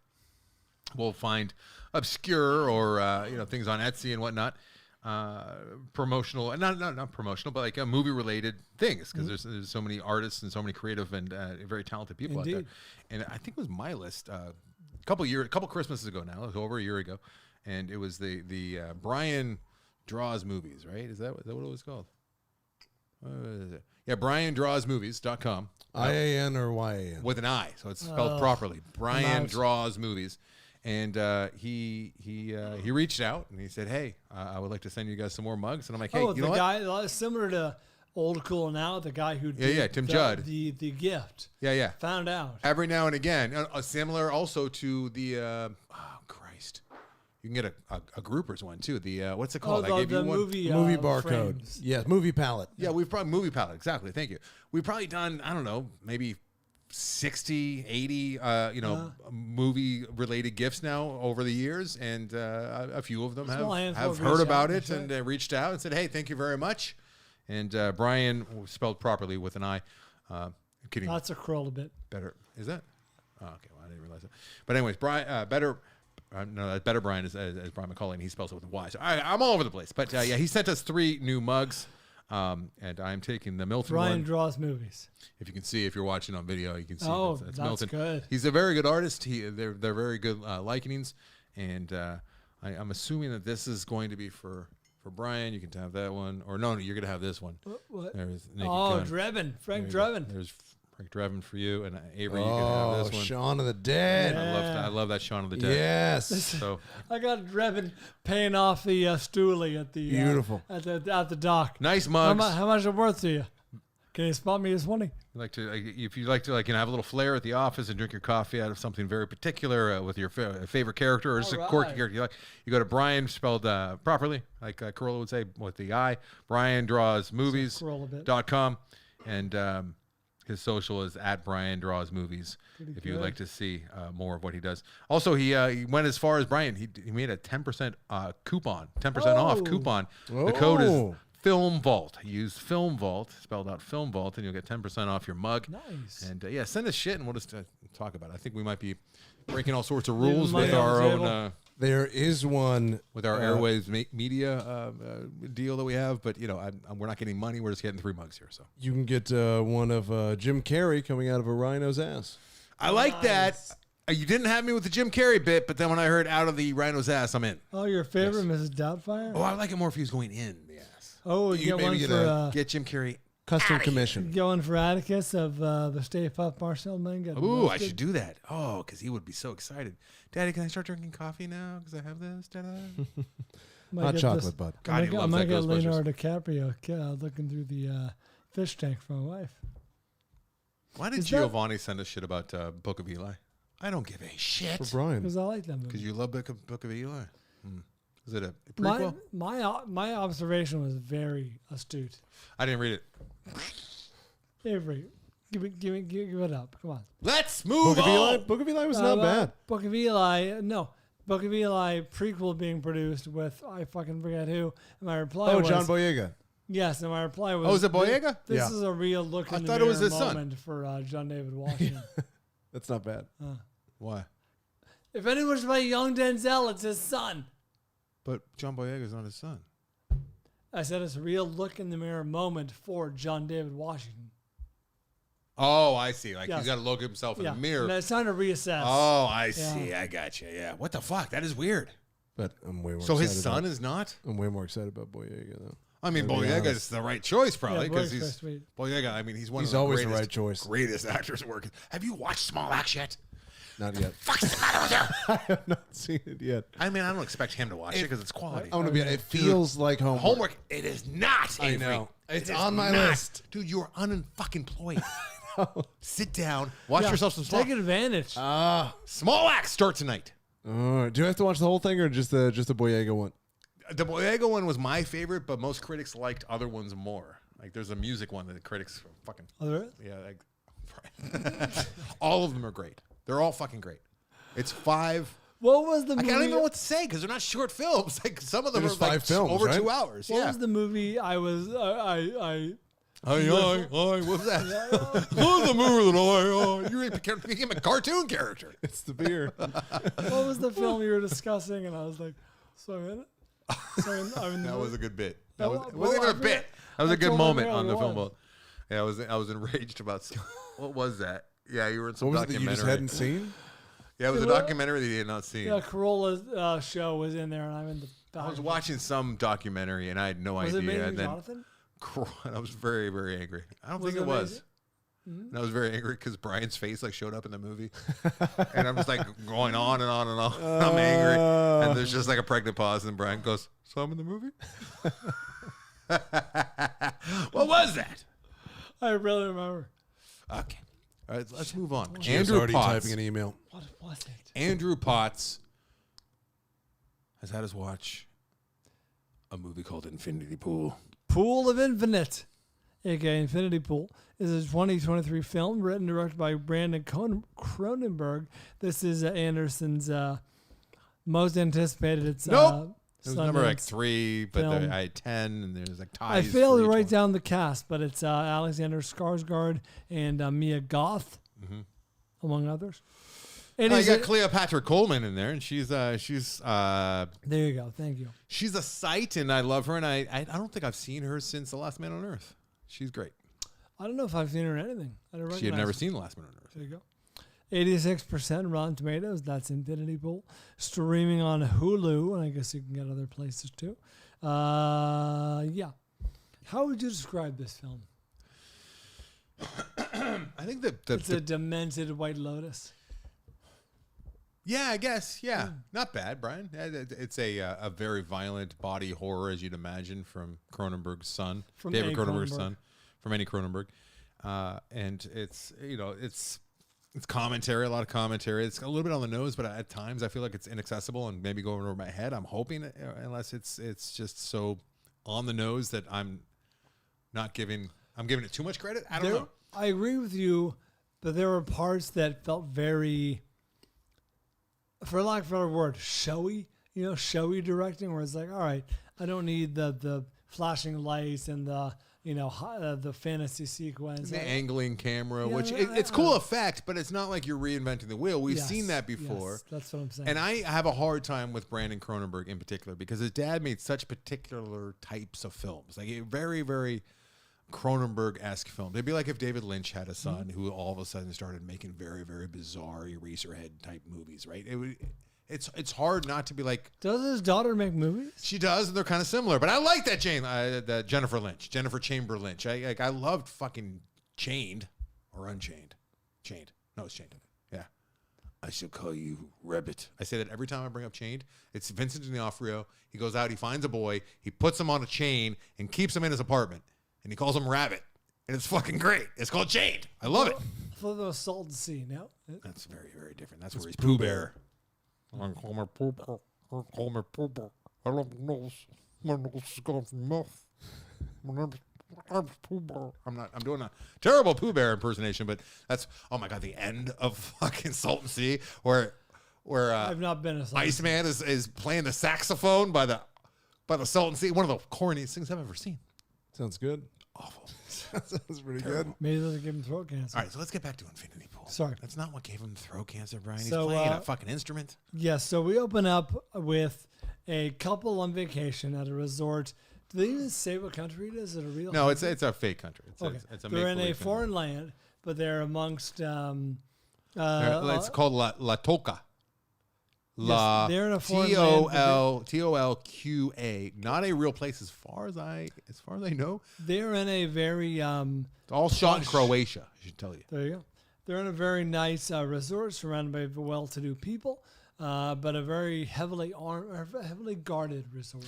Yeah, it's one of these places, and there's a lot of places like that out there, especially like I Yeah, shouldn't but say a this lot, is like over the top. It's got like barbed wire. there's a lot of places like that. If you Really? travel in like just places in like Jamaica, it's like they tell the shit. tourists, do not leave. Like stay on the compound, spend all your money here, which is part of the sales pitch, Yeah. and part of getting the most money for the company for the resort. But they're like, we're in a kind of a dicey part of town, so you stay within our walls, our compound. You can have the time of your life.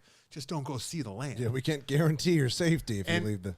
Why not do that like in California or something? Yeah. Why go Go to fucking Disney World. Yeah, go to Disney World. Like I don't understand going to a foreign country and not getting to see the the fucking country. landscape. Every place I go, we try and rent a car and drive around as much as fucking possible. It But doesn't go well for these guys. so they tell you like you do not leave the compound, and we see some strife from one of the locals early on. He comes out on an ATV and he's kicking up Tearing dirt shit and up. he's doing donuts on and all the white rich people are going, oh my God, what's going on? He's doing donuts. It's what's happening? It's annoying and perhaps disturbing, but not dangerous. And ultimately, we got Skarsgård, who's a writer who's struggling a bit. Come for inspiration. He's come for inspiration. He's married rich. And this is the Pennywise Skarsgård. No. This is the True Northman. Blood. Oh, okay. Skarsgård. Northman. It's the Viking Skarsgård, right? And we find out that he's an author and he hasn't written in a while, and he's come there with his wife, his impossibly beautiful and very rich wife, to get inspiration. I'm gonna Google that. And there he meets Mia Goth and her, It's not a how-to, Abrams. the cool kids, Yep. essentially the cool rich kids. Yes. And She knows him from his book, which is unusual because it was a very small book. so his ego is very, very heightened immediately because she comes up and she recognizes him. And Brian, you probably related to that. Oh yeah, you could put yourself on the beach I there. became slightly tumescent when that happened. Like, "Ooh, if only I was on vacation with my family and Mia Goth came up and said, "Hey, shrinkage, huh?" Wow! Oh my God! Can you imagine? So one thing leads to another where they're No off. one's ever. No. They're off the reservation. They're away from the compound on a fun little afternoon with his new friends and his wife, and something goes wrong. A local gets killed by a car due to There's an drunken accident. driving. Yes, and that's where the whole story begins, which is apparently this country has very, very totalitarian, strict. How would you Very put it? unique punishments for Well, certain not even the crimes. punishments, but the laws. If you do anything wrong, death. Right? There's no court, no jury, no judge. That's right. It's just It's kind of like, what is it? Is it Taiwan that's very strict with that? Is it where the gum's on the ground and you can be in prison for Yeah, but life? yeah. There the are some very investigator who adequate. comes to visit you in prison is also going to order your execution. At Sundance, actually, this year there's a documentary all about Japanese law and how antiquated a lot of it is and how stringent a lot of it is, but it's still in place. I mean, we have crazy laws here, of course. I mean, there's still a few No, states. we don't. Still a few states where sodomy is illegal, and if Yeah, they find out they that don't your really- wife they don't really blew you, they enforce, can put but you in yeah. jail, which is crazy. By the way, sodomy also means oral. I mean, it's not All always right. the old. Found that out watching a John Wayne Gacy documentary. Is that how you found out? I mean, there's plenty of ways to find out. Not a good way. It's the best way is. Oh, I'm not going to do that because it's not 10 years ago, so I'm not going to. What, do that. what joke. would you have said 10 years ago? 10 years ago, I would have said the best way is to find out. That's the best way to find out. But I'm not going to do that joke because I enjoyed that. I'm a grown man. That's offensive. While looking at you lovingly. See, this What are is we why we have the camera. Oh, Jesus Christ. All right, so You can go to youtube.com/ what is it, the Film Vault podcast. Yeah, I believe Check so. that out. YouTube, we have our own. I'm getting Eric Calf, good luck with that. You're going to want to go to about the hour 30 mark to check that out. Philip Crow's the one who always likes timestamps all the little clips. We're still professing. Okay, so one thing leads to another. There's a person has lost their life as a local, and these guys, it's very tense. And I'm in. I'm concerned. Actually, at this point, it wasn't. Yeah, it's a Cronenberg movie, so I know that there's going to be some kind of body harm coming up. There's going to be some body horror. There's going to be some blood and guts and probably bone crushing and slittings. Semen is spilled. Oh my god! It's Semen is spilled? Yeah, on I don't know rocks, how on better. pebbles. I don't know how better to say it. It's shot. Semen is shot. Semen- All the semen debase, lands. human, all the things. I get the sense from these Cronenbergs that they're not to be trusted. They're kind of the worst of people. The Cronenbergs? Yeah, him and his son. Well, I do like his movies, like the father's movies. His son feels like he's just like, look, Daddy, I can do it too. Which I couldn't do those movies. I can't make these movies, but I feel like they just see the worst of humanity and they lean in. Give me an oh boy, oh boy. So Come on. I'm in. Come on, give it up. Why? What? I want to hear it. Oh boy, oh boy. Oh boy, oh boy. Why is that here? I miss it. But why would you ask for it here? Because you did you did your petulant child voice. And it made me think. Oh, like that, like Yeah. hey, Daddy, I can do it. Yeah. But that's not an oh boy, oh boy. all right. Oh boy is like when you see that there's Transformers 14 coming out. You're like, oh boy, here comes a new one for the popcorn season. Or if Steph Curry underrated is Sundance. You're like, Sundance, so bored. Steph Curry, oh boy. Okay. we get to. So I'm thinking, okay, Brian, it's such a bizarre storyline. And I have to give That was a credit. recording of me. Where it wasn't recorded, I just played a drop. Where credit's due, like I couldn't come up with a story like this. It's very inventive, and there's Yeah. and it's it's a quality movie. This kid's got It is. I must say that I feel like there was more meat on the bone. Like they wasted, they wasted a lot of time with the surrealism when they could have really gone down the rabbit hole of this guy is destroying himself in a way over and over again. Like that could have been a really compelling storyline, but instead we get a lot of fantasy sequences. A lot of fantasy sequences, and it felt like Brandon Cronenberg, the son, that's one of the frustrating things too. Is he's obviously adept, but he's so hell bent on following in his daddy's footsteps, which is very niche, and also he's trying to like have his foot in both.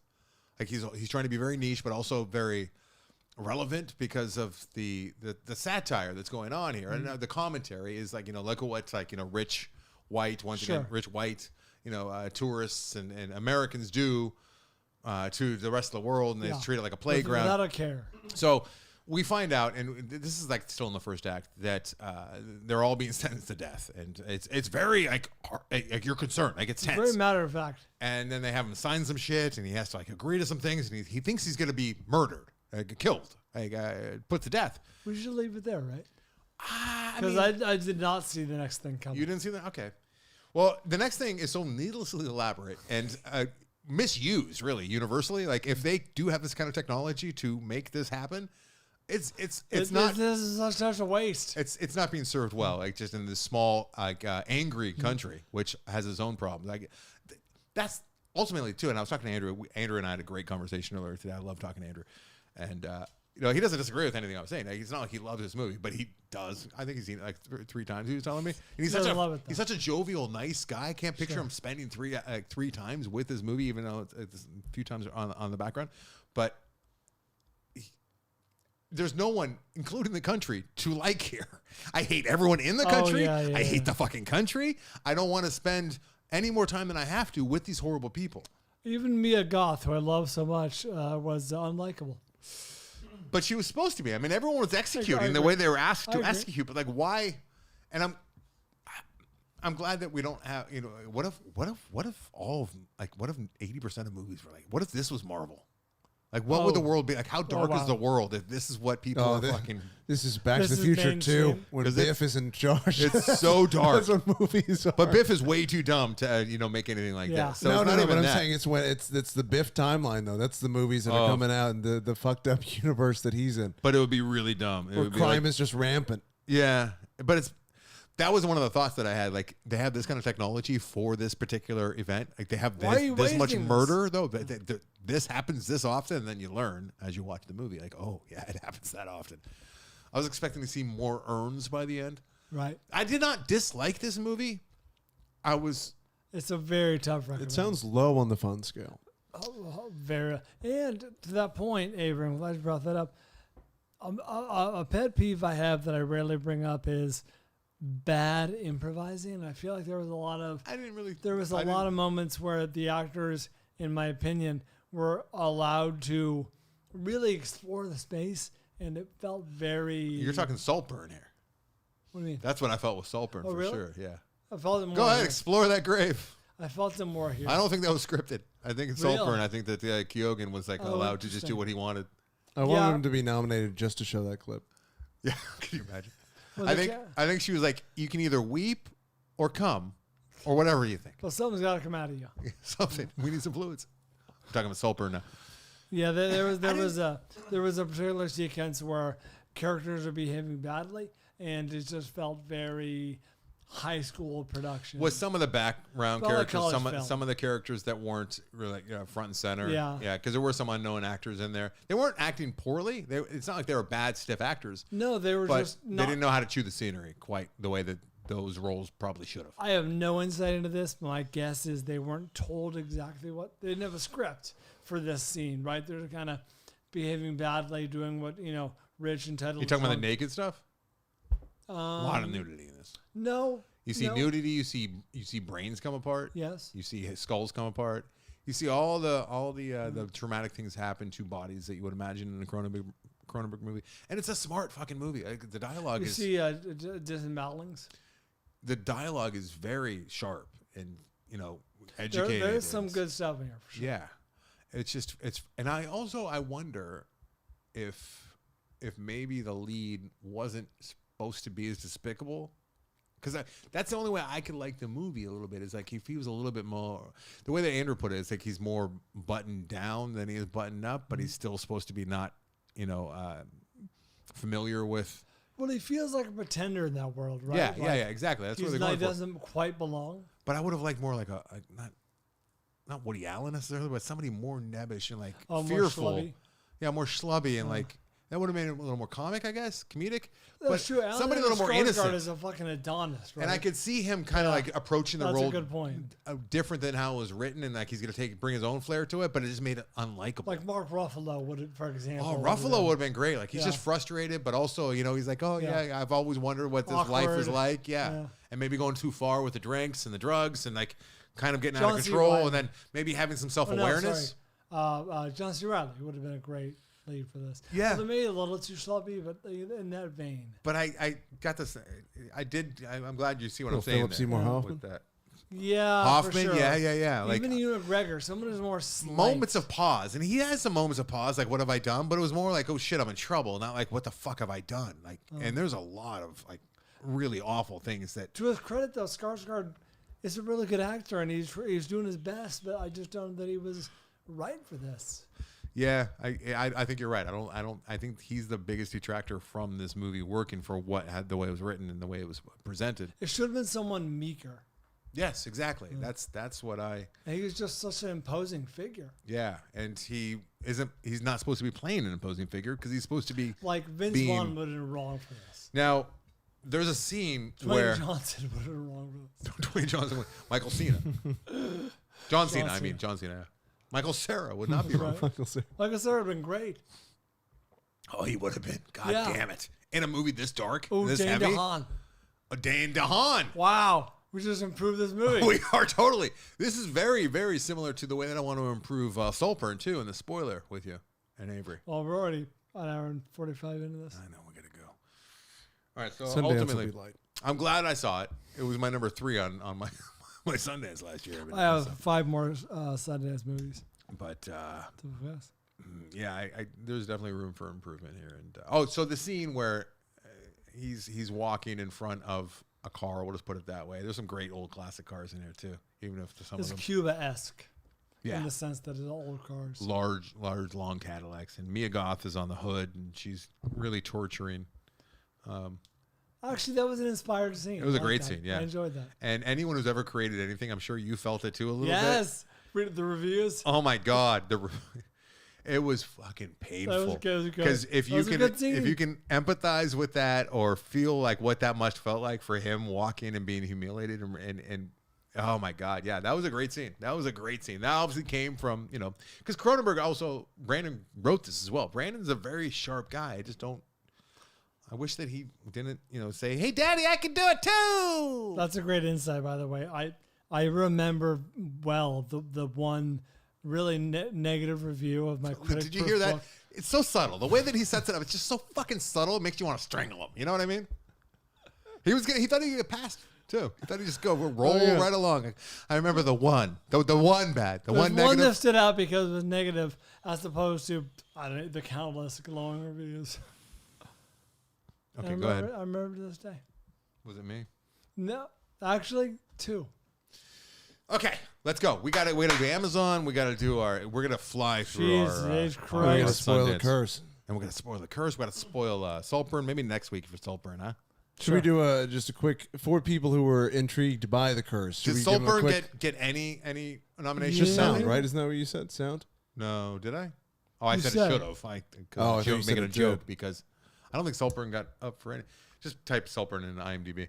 While he's looking, I'm sorry. Yeah, what were you saying? So now that it's done, the curse, before we spoil it, for those who have seen it, should people dive in? Has your perspective changed since seeing the completed no nominations season? As as I said while watching it before, having seen the last episode, this show is not for everyone at all. That said, my mom, I don't know what people don't know my mom or my sister, but just know my mom raised me, and my sisters wasn't my. We watched the circle comedy scene.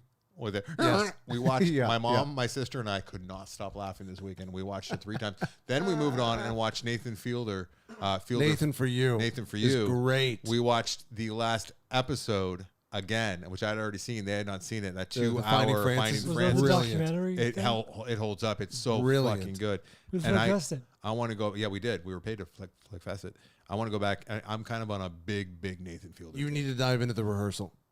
Yeah, I'm you going have to. I will. All right, get off my It's- fucking bag, Avery. It is some of the most compelling reality TV I've ever seen in my entire fucking. Especially you now as a parent, you will live and fucking die on this. Oh, Fielder. I love this guy. He's he's the most unique personality that's come along, I think, since Tom Green. Am I missing something? Like, he is so unique. He pushes, and the he's been around for a boundaries. while. I get it, guys. Yeah. And you guys, a lot of you guys have been emailing me for literally years, maybe a decade, saying you're gonna love Nathan Fielder, Nathan for You. I'm in. All right. But the rehearsal's still relatively new. I mean, Okay. that came out during COVID, and that is. I think he really finds the limit of reality TV and goes right up against it, where he pushes people into scenarios you could not see otherwise, and it is fascinating to see how people respond. It's unbelievable. All right, I'm gonna call an audible here. We just talked about The Curse some more. I love this show. Did you Yes. like? Okay, let's just. yes. All say, right. Yay or nay on the ending? Yay. Okay, you want to? You have some? 'Cause I'm absolutely yay. I thought it was. I What can't else say a do you perfect- want? I mean, what can't else say a do you perfect want? ending because it was so out of left field, like the rest of the show. So I don't know if there is a perfect ending for anything, but this one works for this.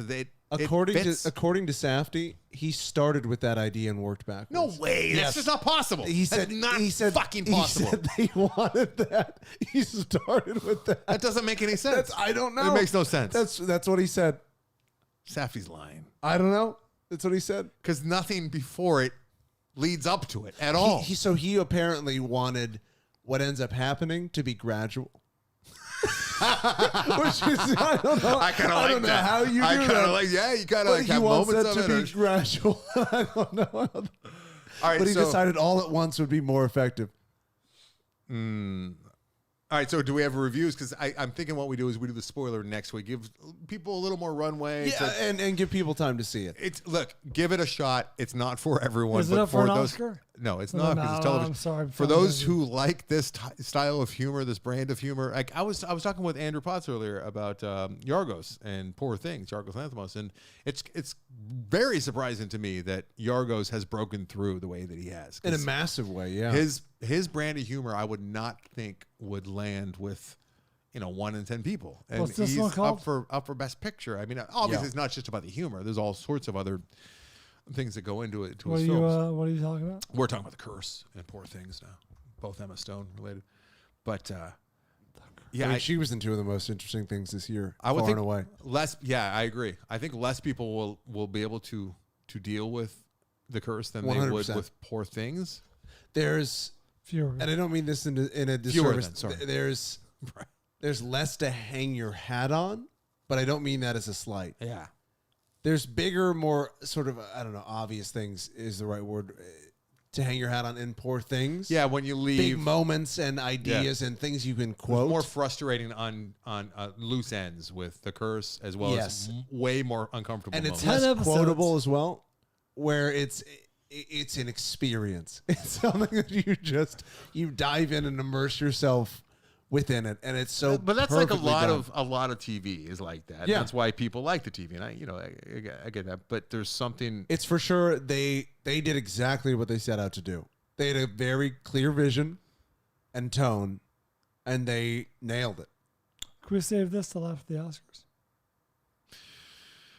No. Oh, you want to watch it? You want to get on The Curse, Brian? I'm telling you, I have not filmed- reacted this positively films to watch. to a show since Patriot, which says a lot. Whoa. I'm not saying it's anywhere. It's not Patriot. Let's not get crazy, but I have not It's been so fond of a show of a scripted. How could you not love the last episode? Oh, I love that. I've had him saying people. I've had like probably half a dozen listeners talking about how much they hate the last end. the chainsaw. There's so many ways that they could have gone Easy about one. that too. There we have tools you can't even. And imagine. it goes on and on and on, and you know, and you see the skylight, and you're like, "That's what's going to happen." We all see it happen, Yes. but it goes on and on and on, and then that's not what happens. I just love the trickery. No, sir. We have tools you've never even heard of before. But what is it saying? Yes, Something? the chainsaw. Is it saying? No, my favorite, and we're not giving anything away, but is after he's like, can I put the microphone up there just so I can communicate with my friend? And they're like, "You're not doing this for the show, are you?" "Oh no, of course not." And it's like maybe like 3 cuts later, he's just like with his cameraman going, "This is great for the show." Can you get the drone? No, the drone's already up there. He's talking to his cameraman with the drone. He's already got it in his face, and he's absolutely doing it for the show because he's that guy. Oh, I love this fucking show. I love it. I love Brian. I love it. I'm sorry to exclude you. It's not your fault that you don't watch good TV. Wait, it is. We'll save the spoiler for next I week. don't know how it's not my fault. All right, can we just do? Can we end the episode and just do? Maybe next week we'll do a Sundance. Well, let's pay it off. What the fuck? All right. Sorry, buddy. Coming on next. Sundance movies after this. I get home around 4 a.m.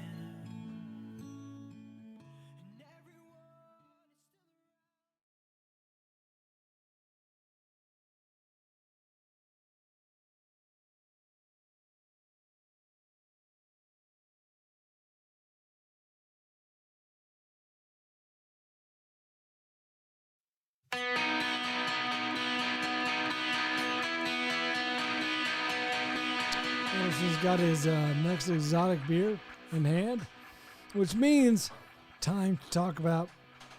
All right, time to talk about some Sundance films playing at Sundance now this year, right now as we speak. Probably screening right now, and we'll discuss the ones we're most excited to see. Anderson has bridled himself and come with just 5 films. Yes, that's right. Let's get right to it. Huh? All right, number 5 for me. See, this is unusual. I never release date. All I got is a director and a description. But I stumbled onto a formula that works years ago, and I will not deviate. These are 5 documentaries. Number 5 for me is All five of your Yeah, Sundance movies are as docs. always. All right. As always. Number 5. I struck out in the past so many times trying to nail narrative films, and to no avail. So Well, you just heard Anderson's list. It was a triumph. that's You know what? I was looking all those up during the break, and most of those have not been released yet. That's not. They're so edgy. They're so out there. They're saying so much that the powers that be are keeping them at bay. I agree. I found a sweet spot, which is docs such as number 5. I don't know if you pronounce it Ibelin or Ibelin. I assume you came across all these in your research Yeah, I as read well. all of them. I'm going to say Ibelin, directed by Benjamin Ree. Excuse me. Benjamin Ree directs this. He is a Norwegian filmmaker, and this is a story of a Norwegian boy who died sadly at a young age of a, I believe, it was an autoimmune disorder. I can hear the smack coming from like Sorry. 3 seconds away. This kid died at a young age, and his parents, in mourning his loss, he spent all his time in his room apparently on his computer, and they're like, God, no one's gonna. He's got no friends. No one's gonna care that he died. So Turns out this kid had a very rich life online, playing video games, and his character that he created for himself, I believe, from World of Warcraft. Lives on. Minecraft. One or the other.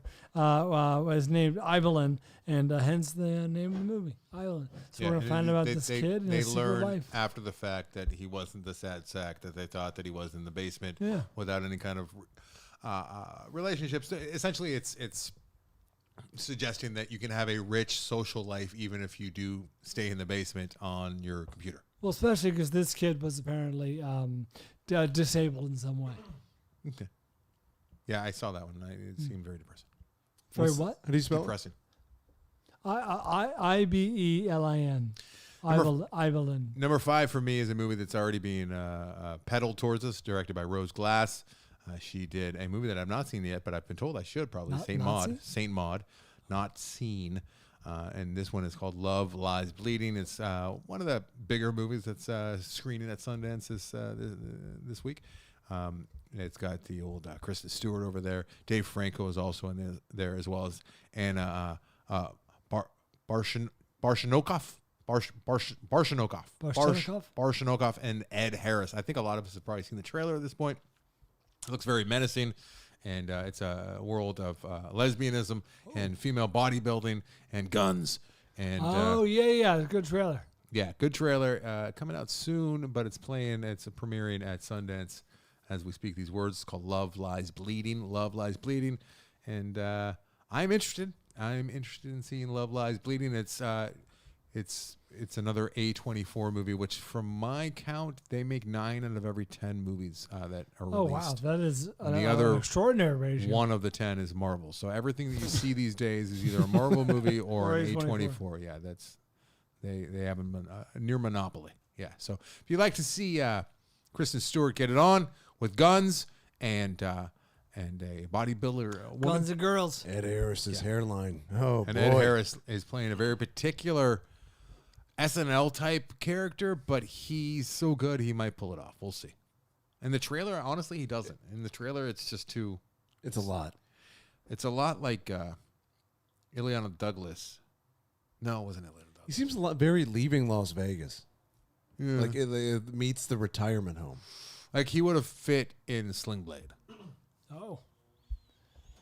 Or Hargrave's Construction. Martin Linda. No, who was it in I, Tonya? Allison Janney. Allison Janney. Remember how over the top her character was? And then parrot. you see the real person. You're like, oh, wait. Oh, that's exactly She's her. actually nailing it. She's Yeah. not. Yeah. So anyways, Love Lies Bleeding. That's my number 5 most anticipated or Sundance Preview movie. Number 4 for me is a film that I sneakily have very high hopes for. I think this could be a really powerful documentary called Daughters, directed by Natalie Ray and Angela Patton. Daughters is a very interesting concept, high concept, if you will. This is centers around a daddy-daughter dance. 4 girls who are going to a daddy-daughter dance with their dads. The twist is their dads are all incarcerated, and it's part of a prison program where the dads interact with their daughters and do the sponsored dance. Really interesting concept. I'm hoping for heartstring tugging and great moments of revelation. Sounds very sweet. Could also get very ugly. I know. I would imagine. Could be heavy. All right. A man named Chris Smith.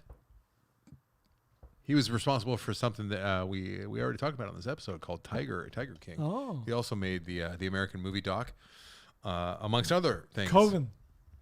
And Chris Smith, his latest is Devo. It's a documentary about the aforementioned Devo band. It's on my also rans. And I think that because of Devo is one thing. I don't know much about them. I know as much about them as anyone who grew up in the 80s and 90s. But I would like to know more about these flower pot men. Chris Smith helming it gives me great hope. So there's a documentary coming out, 90 minutes, a slick 90 minutes. As 1980 new wave band Devo scored a hit with Whip It and gained mainstream success with their message of societal de-evolution, formed in response to the 1970 Kent State shootings. See, just in the description alone, in the log line, I learned something about Devo. I did not know that they formed as a response to the Kent State shootings. So do not suggest that you knew that, Brian. I did not. I learned that in my research. But speaking of Corolla bits, he goes on and on about how Devo sucks.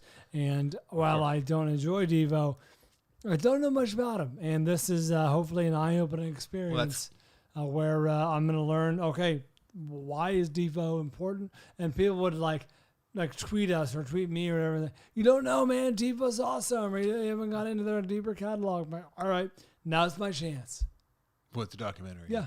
Yeah, everything that Corolla hates about things is Devo, really. Like, he hates shtick. Right. He hates over the top. He hates when people don't break Very character. 80s. Yeah, he just wants people to come out like in like their cut off jeans and like no shoes and just like do the music. Just do the music, man. I don't want to hear about your politics or Don't do the little thing. Don't wear flower Don't do pots in the your head. act. Don't do the flower pots in your head. I don't need that. So I don't I know can much see about both sides Devo. of it. When I I was will younger, say- I really appreciated putting on the full makeup. And what's Corolla's take on Kiss? I would imagine that he's I think he's neither here on the nor there. fence. I think it was before his time a little bit. Nah, that's right. No, I mean, like, wheelhouse. They were big in the mid 70s, and he probably came of age in the late 70s, early 80s. He was Brian, born you're in 64. splitting hairs here. I don't know why you're doing All this. right, It's fine. weird. My point is he doesn't have a I think strong it's opinion. right there. He doesn't have a strong opinion. Gina Grad, former guest of our show. She's a big fan. loves of that. She Kiss. thinks that she saw Paul Stanley. I heard. Also love Kiss. Great band. Also, we band. talked about this, how No I band. went to a concert once where it was a K-Rock concert where Morrissey did not show up. I was there. It was very scary. Very, I'm very pretty sure- scary. I'm pretty sure Devo played that show. They may have. I've seen Dio a few And times. I saw them thinking like, oh, okay, now I can actually learn more about this band beyond their one hit. Wasn't impressed. That was fuck off, Brian. That was Inland Invasion, and Yes, two it of this. I've been to a lot of really hairy punk rock shows and small shows and green room type scenarios. Not quite I that. don't remember seeing you there. Not that. Well, dude, it was a. I don't remember. Well, we all had backstage. It's weird. No, I was actually out in the crowd. I would. It's weird. I didn't With see the you. people. I was. But yeah, I've been in some. I've been some. My Dude, music is some of the the people. Danzig shows that I went to were fucking fear with all the Nazi skin. I've been to scary, hairy. Guar has put on some pretty hectic. Oh, dude, I was at ICP? one. I was at. Oh, ICP was fucking horrifying. I was at one where a guy was wrapped in gauze, and then no, guys, that's nothing. And then I don't even know if it was. I don't think you it were was in a music. hospital. No, he was wrapped in gauze. He was on stage. I don't think there was even a band. Oh, I You saw were in the burn Lords unit. of Acid was fucking horrifying. No, maybe it was Lords of Acid show. This might have been the Lords. So he's wrapped in gauze. I've never forgot this. I've never heard of. This is like the stuff of nightmares and the stuff that belongs in a fucking David Cronenberg movie or Brandon. Wrapped in gauze, right? Head to toe. And then a woman came up and meticulously put limes. There were small limes with safety pins through the gauze and his skin and then clipped him off. And it took her a long time. There was a band playing. Yeah. And then when he was just covered in these limes with safety pins that were going through his pierced through his skin, he started shaking. And then all the gauze started turning red with his blood because he was... Oh, Jesus Christ. He was pulling at the... Yeah. And he was just shaking He's to the tearing music. his and, skin. Yeah. This is fucking... All that said, the most scared I've ever been at a venue was Inland Invasion when Morrissey didn't show up. Surrounded by cholos. There was a very angry Morrissey contingency there that wanted to tear shit up. They wanted their pound of flesh. It felt you know when you're just in a large Yes. group and it just feels dangerous. And you've been waiting all day. And the other time was also not quite as scary, but also Inland Invasion. And that's when Guns N' Roses was 2.5 hours late. And Oh, people really? were just becoming more and more drunk, coming down, drunk off their drugs, and they were just firing their fucking water bottles from the grass. And it was just taking people out. Full was water not there bottles for just that. coming, missiles, just hitting the backs of people's heads, and they were just dropping. I was not there. for Scary that. shit. Yeah. But the lime thing, I forgot about that until just Yeah. now. Morrissey, though. Yeah, Morrissey. All right. I don't know how I found out. I was not backstage, but word got around to me. I must have seen someone from work that Morrissey was canceling, Yeah. and or was not showing up. And I got the fuck out of there early.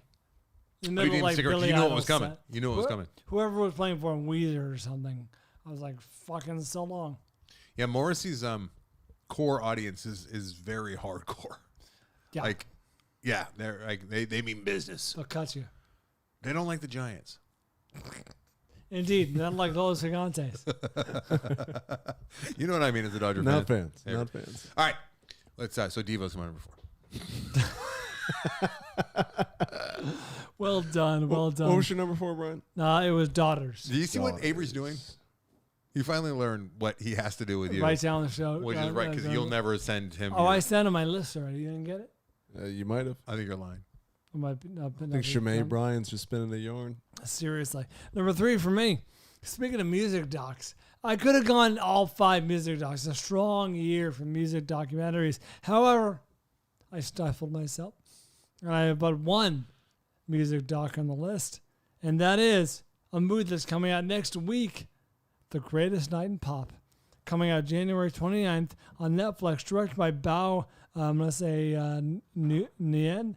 Careful. Nyan. He directed Live from New York and also Be Water, the Bruce Lee documentary that we enjoyed. And yes, this is a story of the night that they recorded We Are the World, USA for Africa. The organized greatest by night of pop. Michael Jackson, and featuring many 80s luminaries. Devo makes an appearance. Right. They might, but I don't think they do, Brian. All right, number 3 for me is Thelma. Yes, that's right, Thelma. This is June Squibb's first leading role after all these decades at it. 93-year-old woman, played by June Squibb in the titular role. Yes, nice. She's the 93-year-old Thelma. Post, that's her name, Thelma Post. She gets duped by a phone scammer pretending to be her grandson, which is a real thing now with the AI. Really? They take grandkids' voices that they get on like YouTube and Facebook and social media, TikTok, and then they'll take the voice. They'll get the AI to understand it and to be able to replicate it, and then they call these grandparents, and they're like, "We got your grandson. Here he is," and you hear him screaming in the background. So Thelma, the story of Thelma. The movie Thelma, she's a scammer pretending to be her grandson calls, and she sets out on a treacherous quest across the city I think it's the country. I think this is a misstep. I think it's the country. So it's sort of Nebraska. Across the country to reclaim what was taken from her. Easy comp, Brian, because June Squibb is in Nebraska. But, I like the idea of just going after. The same thing happened in the beta test, if you recall. At the core of that story is like you're going after the faceless internet trolls and people that are scamming and whatnot. So Or like a beekeeper. I don't know anything about that, so I'll just have to take your word for it. Beekeeper. So, this is directed by Josh Margolin, who I know nothing about. I think it's Margolin. I'm going to call him Margolin. I like Margolin more. We call him Margie. And Brad Marg. in judging, so Josh Margolin. I do like the storyline. I'm holding out hope that Thelma's great. I do like that June Squibb quite a bit. All right. Hey, coming up next, we're going to talk some Amazon stuff. And after that, we'll finish our lists of Sundance films we're most excited to see. We really doing Amazon? I guess. All right.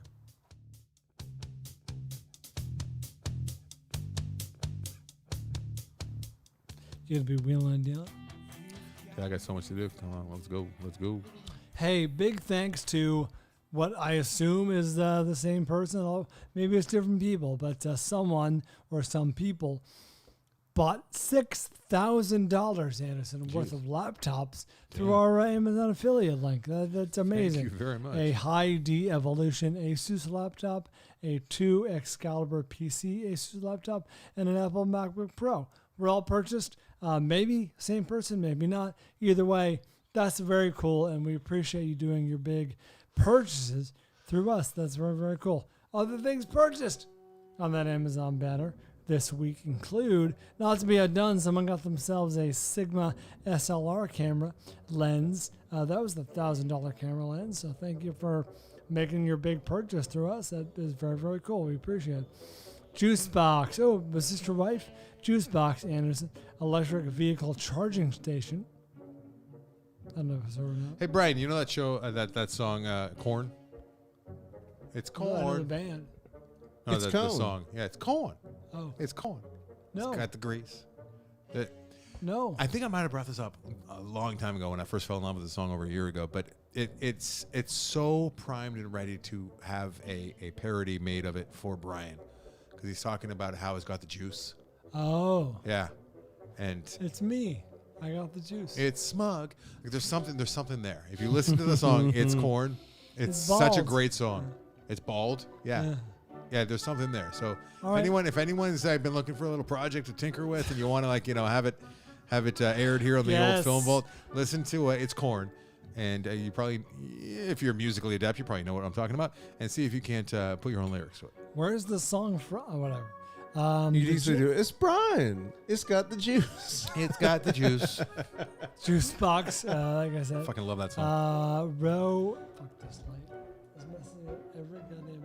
I think I Right know. now, We are now off the rails. Rokinon We really telephoto macro camera lens. Start the music over again. This is not fair.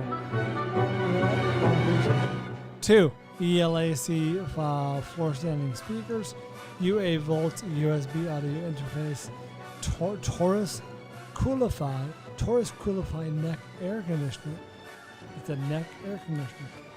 Fluke digital multimeter, CalDigit Thunderbolt 4-element hub, Fractal Design gaming computer case, what? 3D Max Spider custom fit format. I don't like not being on jokes. Victrola Montauk Bluetooth. You ever wanted to be on a stamp, Brian? Actually, kind of a gold mine. Bluetooth turntable system was purchased. Victrola.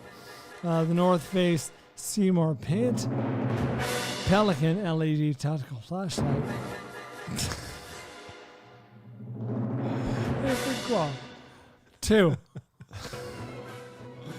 Two Karsten heated seat covers. Magic Mind Energy and Focus shots. What is this here? Germ Guardian air purifier. Nespresso Aerochino milk frother.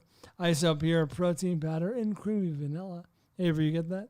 I have. Nice. Quite good. 3 Star Wars Indoor Forest Summer Camp t-shirts. What? Endor. Indoor. Champion sweatpants. I'll keep it going when I hit the post. New Balance X Hero running shoes. And finally, someone got themselves a nice new crisp pair of Dockers Ultimate Chinos. Cheetos. See, work together. All right, turn your light back Nailed on, it. please. You look awful. Sorry. trying to produce the video over here. There you go. Nice. I'm illuminated. Everything is illuminated. Here are the movies that were clicked through. This is the last time I talked to y'all. Somebody got female trouble. Appreciate that. That's pretty nice that somebody watched female trouble. Brian's probably never seen the female trouble. What about Bob, though? You ever seen the What About Bob? Of course. What about Bob is I clicked have, through? I have a copy of that book here. Let's see, where is it? As well as The Big Chill was clicked through. Black Sea, we just talked about it last week. The Black Sea was clicked through. You know what? I really like that Jude Law film.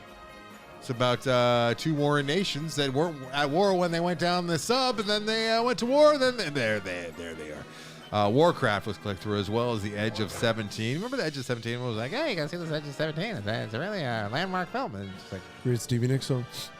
Emily was clicked through. You know what I don't like is when a movie is called something like Sebastian or Emily, and you try and look it up on IMDb. It's nearly impossible to find. Yeah, impossible. The Disappearance of Sheer Height was clicked through, as well as Back to the Future, the complete animated series. What? The complete animated series? I've never heard. Wait, I feel like they did that shit recently. I did not know that Back to the Future was animated. I'm gonna look No this up idea. after the break.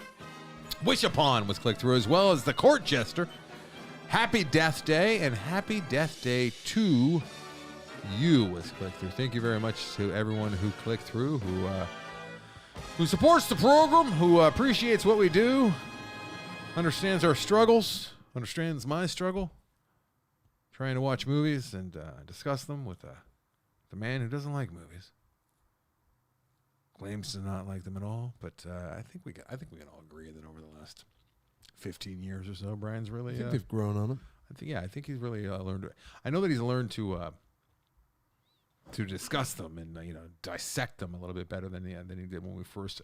He had no time for movies when we first started this. He really didn't. They were on in the background in his hotel room in Vegas between hands and betting on games. Exactly that kind of thing. It was Yeah. cable television. And like maybe What's on Spike TV? and some like classic music, like a music doc or something would Yes. come on. But for the most part, like he just didn't really have time for movies. And it's no secret that the reason why he has come to love movies is because he knew that I knew how to control the board and I had access to the studio after hours at Loveline. And he approached me saying, hey, we should do a movie show. And he's admitted that if I was like really into baseball, it would have been, hey, we should do a baseball show. Or if I was really into basketball or music, he'd be like, but he identified the fact that I was a movie guy, that I love movies, and he's like, we should do a movie show. So that's why this show exists. And that's why Brian has been at it watching at least 3 movies a week, unless the week is short. And here we are 20 years later doing episode 799 since becoming independent from Corolla. That's a lot of shows, and we probably did upwards of, I don't know, 100, maybe 150 before that. So we're probably approaching 1,000 shows. I don't even know. Yeah, it's come up before, but I misunderstood the assignment early on when we flick fast, and I would just be like, yeah, watch a little bit of Terminator 2 on Spike. Yeah, we've come a long way in some ways, and we've digressed in other ways. But yeah. Oh, you know what we didn't do this episode, Avery? Even though we did not hear, maybe because Mitch didn't feel like doing it, even though it's not his job. But we didn't hear from the listeners, like the comments of the week. Oh, we did not have a comment of the week. We just did the. I want to hear comments of the week. I want to hear. Yeah, what but you people... know what? This is too long as it is. It really is. I mean, what are we doing here? Marathon? It's supposed to be a short My episode. number 2 review. It's because you brought fucking Maestro to the program. Well, we got to go back to the program. Back to the program.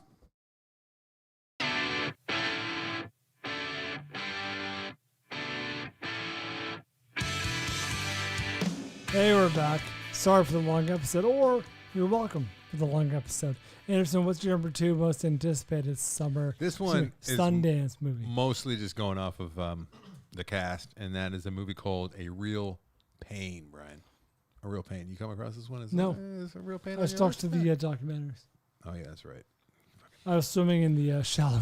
This one not only stars my boy Kieran Culkin The good Culkin. and Jesse Eisenberg, but it's written and directed by the old Jesse Eisenberg over there. Ooh. We got 2 cousins traveling. They traveled to Poland after their grandparents' death to see where they came from and end up joining a Holocaust tour.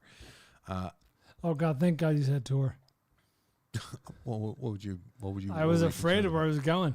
Now, here's what intrigues me is Jesse Eisenberg, goofball that he is very often, and Kieran Culkin. I mean, that guy, just an absolute great fucking actor. But both of them have such a dark, twisted sense of humor. Let's see where this goes. I'm curious. There's no way they can play this straight. This is probably going to be filled with dark humor.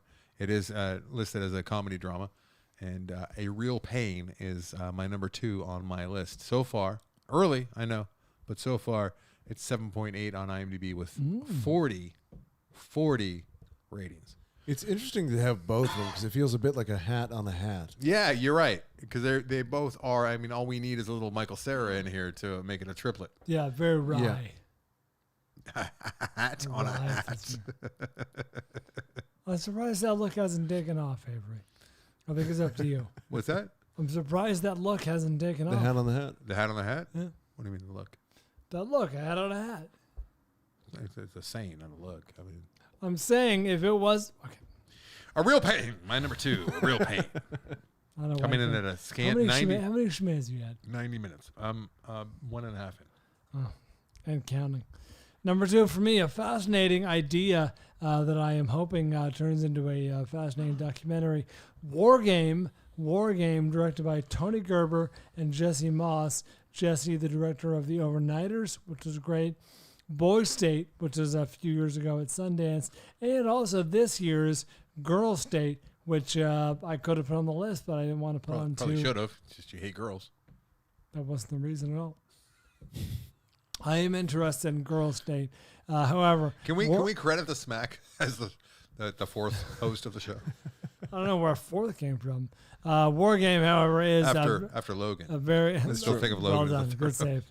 War Game is a great idea. So apparently, a bipartisan group of federal officials, strategists, military officials You lost me at bipartisan. came together to plan what to do and what would happen in the event of it says in the description, another insurrection at January 6th, but I'm assuming a more organized and directed Yeah, they're like coup. these bumpkins almost got there. What if Well, they, that's kind what of if the they learned to choice, isn't it? read? Exactly. These idiots didn't know what they were doing, and they were fairly organized. Yet they got into the Capitol and like almost killed people. Like, what if like a group actually organized themselves and planned for months to storm the Capitol and kill people? How would Interesting. that work? Yeah, I'm surprised that this isn't like a larger like a government program where like they created a whole new like police sector Yeah, just for that. They kind of did. I mean, I they have guess, the with Capitol Police. Yeah, They should be- but imagine if Trump did win and that happened, and then he ended up like they turned it over, like nothing. He would have like opened it up even more, right? Possibly. Yeah, you can see that. Yeah. But War Game is a true story. True story. It's a documentary about this small group, and I'm interested to see where this goes. Number one for me is kind of a slam dunk, I guess. It's, you got I think this is going to be the biggest movie that comes out of here, and probably the most likely to break free from the Sundance indie porn that's over there, and it's Freaky Tales, Brian. Okay. Freaky Tales, and like if you were doing this Sundance preview the way that you should, which is to actually read about all the movies rather than just the 20 documentaries that are up, which is the most lazy fucking way of going about it. But you would have probably responded to Freaky Tales, which is 4 interconnected stories. I'm out. Little Robert Altman over there, right? 4 interconnected stories set in 1987, Oakland, California, bro. All right, I'm in. We'll tell about the love of music. Is Steph Curry in there? Love of music. He's on board. Oh. Love of music, movies, people, places, and memories beyond our knowable universe. And we got the Pedro Pascal is over there. We got Tom Hanks. We got Ben Mendelsohn. We got some real heavy hitters in this movie. That's why I think it's going to see the light of day. Who is the filmmaker or makers behind this? Yeah, it is a lot of time. For whatever reason, Sundance likes to pick the co-director thing, which I'm not talking shit. I'm co-directing a movie right now with Mike Carano, co-directing a documentary. But I think you were talking shit on the bonus episode. Am I in it? About co-directing? Yeah. You're like, millennials need to do it together because they have their hand held. I think that was last year. Hands held. I believe that was last year that I did that. No, I think that was the screenwriting. Really? Just recently? Yes, really? Yeah, I've been talking shit about that for a while. Sure I don't like it. I think you did that recently? Yeah. I've had a problem with the co-directing for a while, but not everyone has a Mike Carano in their life. You know? That is true. I got bad news about a documentary. You're not co-directing because you're not directing at all. Bryan and Shimei. You're undirected. Sole director. All right. So, yeah, this is a team of Anna Boden and her partner, her handholder, and Ryan Fleck, and they're known for tiny little movies that don't really hold a candle to like actual movies. Captain Marvel. Have you guys heard of this one? No. Yeah. No. Kind of a funny story, as well as Sugar, which I have not seen still. I need to see that Sugar. And then Half Nelson, which she produced. I was not in love with Half Nelson, but I appreciated a lot of Is that the Ryan Gosling movie? Yes, it is. Yeah, had its moments, but overrated. But Freaky. It's not as good as Full Nelson. Thank you. Freaky Tales. It's 50%. You know what? I didn't do it justice. Let me pull up the full the synopsis, the full log line, not just the little. Hold on. Freaky. This ought to be good. It will be. Give me a second. Freaky Tales. Okay, yeah. This Here we is go. a sequel to Freaky. It has nothing to do with your fucking beloved Freaky. I love that movie. Here's the a more descriptive. Freaks. In 1987, period piece, all right? Oakland, all right? We know what Oakland was like in 87, right? It was a scary place. Good times. A mysterious force guides the town's underdogs in 4 interconnected tales. Teen punks defend their turf against Nazi skinheads. That's right. Nazi skinheads with Nazi nipples, right? A rap duo battles for hip-hop immortality. A weary henchman gets a shot at redemption, and an NBA All-Star settles the score. All right. Basically another day in the Bay. I don't like the tagline at all. Oh, basically another day in the Bay. I don't like it. Is that real? That's what it says. No. Basically another day in the Bay. I don't like that at all. Is it Mitch Richmond? I'm out. But I'm not saying the filmmakers actually wrote that last line. Chris Okay. Nolan? Basically another day in the. Is this Rudis Marshall? This is something you would write. Actually, I can see you I writing. Basically I another day in the I Bay. don't like that. Basically. Basically another day in the Bay.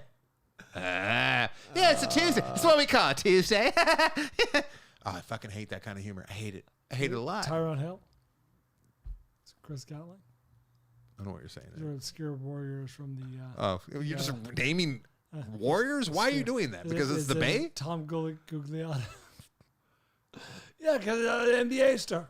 Oh, jeez. Right, just like Jose Canseco. Oh, don't get me started on the fucking A's. I'll go deep. Did you watch the Lonely Island thing where they did Maguire and Jose Canseco? You watched That's that? Bash or whatever. Yeah. Bash Brothers. Bash Brothers, yeah. You watch that? Oh, I found it insulting. Hurtful to the legacy. Marginalizing the legacy. You know, really casting it aside for laughs. I mean, you can laugh all you want when someone's just injecting that kind of hormone into their body. Defaming in the extreme. Yes. That's right. Stolen valor, really, is what those two I fellas disagree. did. Of course you do, because they wore your colors. I would say they're You root for the laundry. We all do. Forerunners of movement. I do think there should be an entire league, if not the MLB and all the other leagues, where if not you guys, just let there be like an offshoot where it's just like do all the drugs you want. Let's see how you do. Knock yourselves out. You could be the bunnies. That's what the Purell. XFL coming back should be. What's that? The XFL coming the back USFL. should be the PEDs allowed. I feel like there might be some lawsuits, but you might make enough money that you can offset those lawsuits. No, you just don't test. The no test league, yeah. Yeah. Yeah. The NCL. Oh. But no, you got to really market it. Well, how do you market no testing though? We don't test. Are you Freedom. ready for some hormones? The Freedom League. Are you An ready for some HGH hormones? party. The Freedom League. Do what you want. The National Freedom League. That's right, yeah. Oh, not bad. Oh, you can still call it the NFL today. Okay, let's go. Come on, Could what's be your number one? copyright What's your issue. number one music? Number doc? one, no, not a music doc. I feel like this is the most likely, coincidentally, to break out and find some mainstream success, even though I am genuinely excited and interested in Superman. Superman. Are you really? When I read about this one, I'm like, is Brian going to respond to this one? Because Oh, really? yeah, just because he went through some dramatic events and Indeed. Go ahead. Super/Man, Avery. Yes. Super/Man. The Christopher Reeve Super story, Slash. directed by Ian. What is It's all about Cordell Stewart. Ian Bonhote Can't and wait. Peter Peter and Ian are the directors. Did Cordell Stewart ever come out as being gay? Because that was always a big rumor. that Really? Cordell Stewart was gay. Slash. Yeah, I never heard that. quarterback for the Steelers. No, never heard it. There's a lot of talk. I was always hoping that he would come out and be like, oh yeah, totally gay. No, never heard that. All right. I don't believe Christopher Reeve is gay either, but he is the subject of Well, Super. you said super Man. slash man, so that's why. The Cordell sad Stewart. thing is, we know a little bit about his post accident life. He made that appearance. Oh God, where was it? Doesn't was on we one of the know a talk- little night bit about talk it, shows. but I assume this will be a lot about it. So I'm in. And you really didn't know if I was going to respond What do you mean? to this movie. Well, when I was doing my research and I came across Super/Man, the story of Christopher Reeve, Super/Man. it reminded me obviously of still a Michael J. Fox story. I was wondering if you were going to respond to this movie in the way that you did, obviously by having it as your number one, because it's similar in as far as like a tragic midlife thing happening, derailing. In Christopher Reeve's case, he was a very successful actor, making movies and whatnot. And in your case, you're you, but you know what I mean. Go on. I'm not arguing. Oh wait, I'm breaking my new rule to be nice. Oh, you're being mean. No, but they're both very, very life altering things. So I was saying, I think about that whether you realize it or not. Like Both very handsome men. a lot of the time, both could play Superman. Both strapping. Very effectively. No, but I think about with stories all the time and things that I come across. I'm like, oh, I should tell Brian about this, or maybe he's had enough of this, But I think about you all the time with that kind of thing, like where it's like you're on a course and you're doing well, and then all of a sudden life kicks you in the balls, Yeah, no, I think that's part of the reason I'm attracted to the story. Because both of us loved. I mean, we liked Still quite a bit, but like I did. Gleason, we really responded to Gleason like 10 Listen, years was, ago. was one of the best documentaries I've seen. Yeah, and that transcends. Like you don't have to be stopped midlife with a tragedy to be able to respond to Gleason. So we'll see with this one, because he also has a very interesting story, which is like he was an unknown before he got Superman. He was like an instant. Yeah, I guess so. Instant like superstar.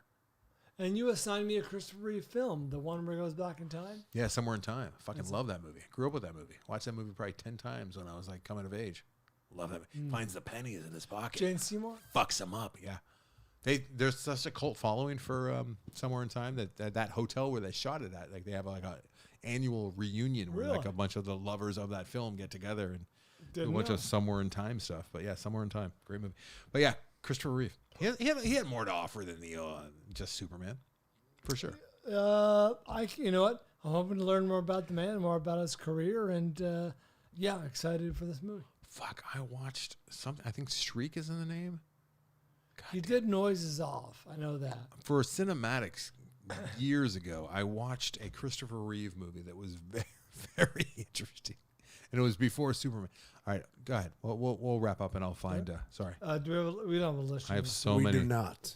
Well, I let's have so gamble many. and I have wrap so up many this also fucking runs. 2.5-hour behemoth. Also runs. Suncoast is a coming of age brother's illness. She's a young girl and she's dealing with that, and that's going to be on Hulu in February. I realized that probably is just a. All right, Every Little Thing is about an injured. It's a documentary about a woman who takes care of injured hummingbirds. So I probably can't see that because I'll just cry throughout. Love Machina is a documentary. Love Machina. Love Machina, or Love Machina, is the way I like to say it. Is a documentary about the ability to possibly live forever, which has been ongoing through sci-fi, but There's we're a lot getting of versions of AI and intelligence being a consciousness being transferred. That's one of them. because I feel like we're at the precipice of all of Transcendentalism. that, and we're probably going to see that before we're all gone. So that's Love Machina. Porcelain War, which sounds interesting. It's artists saying, "Hey, fuck you, warmongers. We're Ukrainians. We're going to stay in the war zone and continue to make art to show how the human spirit prevails beyond you, Putin. You fuck." Skywalkers, which is a love story about a couple who jump off buildings. Skywalker's a love story. Yes, Skywalker, a love story. It's about a couple who likes to they find buildings to feed off of. No, it's Highwire Walkers, isn't it? No, they're jumping. I think they're Oh. jumping off. Could be wrong. Could I be thought wrong. it was Highwire. I think there's another documentary that we've seen trailers for the last few months. That's that, but could be the same thing. Either way, they were drawn to large buildings and they do death-defying acts together. The only way that movie really lands is if one of them doesn't. Land. Yeah. Just another day in the bay. No, Basically. there was alliteration there. Basically. Oh, Another day in the bay. basically Yeah. another day in the bay.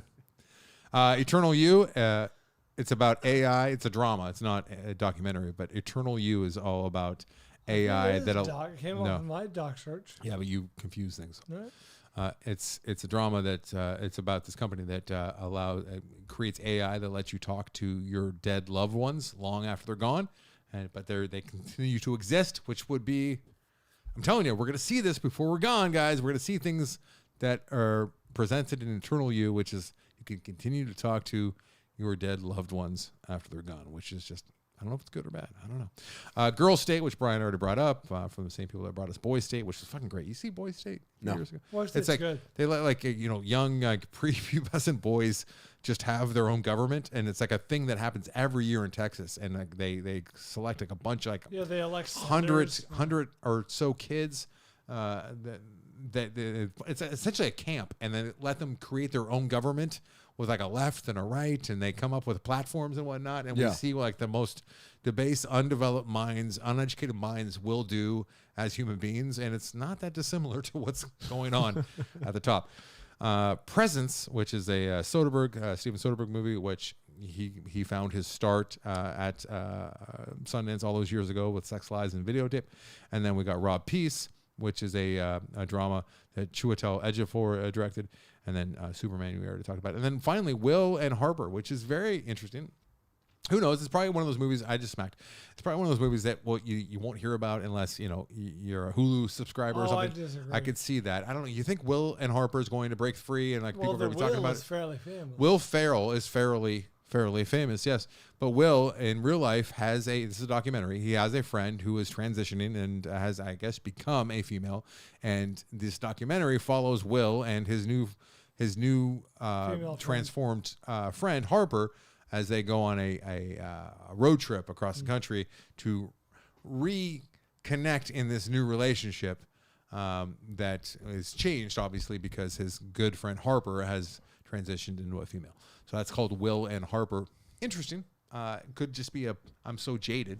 Could just be a publicity stunt to get Will Ferrell in there to talk up about current events and Sundance and make Sundance more relevant. That's how fucking jaded I am. But it's interesting enough that I put it on my list. Also ends for me. I'll try and be quick. Look Into My Eyes, a movie about psychics. As We Speak, a movie about rapping. Eternal You, Love Machina, Skywalkers. Better Angels, The Gospel According to Tammy Faye. This is a Timothy Baker documentary. Is this the last one for her? I mean, have we had enough of her? I don't know. Corn Body versus Everybody. Devo, Anderson mentioned. Dig XX, that's the music doc. Eno, about Brian Eno, that's a music doc as well. God Save Texas, there are 2 versions of that. Wait, Enjoy- Eno's not a movie, though. Is it? It's like an art installment. It's about Brian Eno, isn't it? No, it's like interactive or something. Oh. Maybe my bad. You did do more research beyond documentaries. I thought you just looked at the documentaries. Luther, Never Too Much, about Luther Vandross. That's a Music doc. documentary. Yeah. Power. I'm surprised Power didn't make your Oh, list. Power. Yeah. I was talking to Andrew Potts about Power earlier today in that documentary. Yes. It's all about police states and It how looks they've, very over interesting. the last 150 years, like police where, they had a certain role like 150 years ago and how they've kind of continued to expand and expand and expand. Jesus Christ. Lala, the story of Lollapalooza. I don't know. Lollapalooza was just before my Mostly time. music docs, I'm noticing. Is it? From a man who doesn't Realm care of for music Satan, docs. which could be a nice companion piece to Hail Satan. Seeking Mavis Beacon. Very different. Sue Bird in a Clutch. He said he'd be quick. You're going to Sue Bird. And, of course, Will Harper. This is unquick. Will Harper. I don't know why, of course. I mean, it seems like a media stunt. Sorry if that seems... Did you just shit on your own also, Rant? What? Did you just shit on your own also, Rant? Yeah. Yeah. Well, you said of course. Oh, yeah. Well, I'm shitting on yours. I didn't say of course with mine. It's on there. Sorry, I take that back. I'm going to sleep well tonight. You're gonna snore. I might. Yeah. Thank you, Mark Crimmins, for a very strong Very Sorry, tasty. Christy. and expensive beer. And then next week, we have a large box of booze that we got from Better Brian McCauley, who is going to be up soon. Ooh, exciting. He's got like flights of whiskey and shit in there. Ooh, No shit. exciting. You keep that shit safe. Tessa's room? That's the one place that's not safe. Oh, really? She drink whiskey? No, she's destructive. Hmm. Oh, All right, Avery, let's hear some gambling and leave. I gotta Yeah. assign- I God, got to we're- assign, too. I got to We assign are movies. over 2.5 hours. This is absurd. The fuck? What have you assigned? You know what's going to happen? You like your oh boy. Somebody might stumble across this episode and go, oh, I love Sundance and I wish I was there. And then these guys spend 2.5 hours talking about it. Oh boy. Fuck, you guys. Idiots drinking. Are 30 you- minutes of Sundance. Yeah. If that. I saw Maestro. What was the other story that I told her? A man with limes. You could hear about Inland Invasion from the 90s. First of all, that was like 04. So it's 20 years Yeah, I ago. don't think it was 90s. It was 04. I didn't meet Brian until the aughts. This would have been in my time at K-Rock, yeah. Okay, let's go.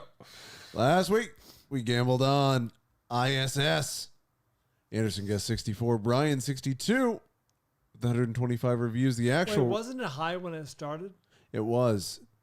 With 125 reviews, the actual Rotten Tomatoes score is 63, Oh, motherfucker. making it a tie. Wow. What are the chances? So if it ends up being... Oh, no, we didn't. No, both. if we both nail it, All right, the next show ends. week we will be flickfessing for Justin Mueller. Was it Mueller? Mueller? It's Mueller. Sorry, Justin. I fucked you again. Sorry, Justin.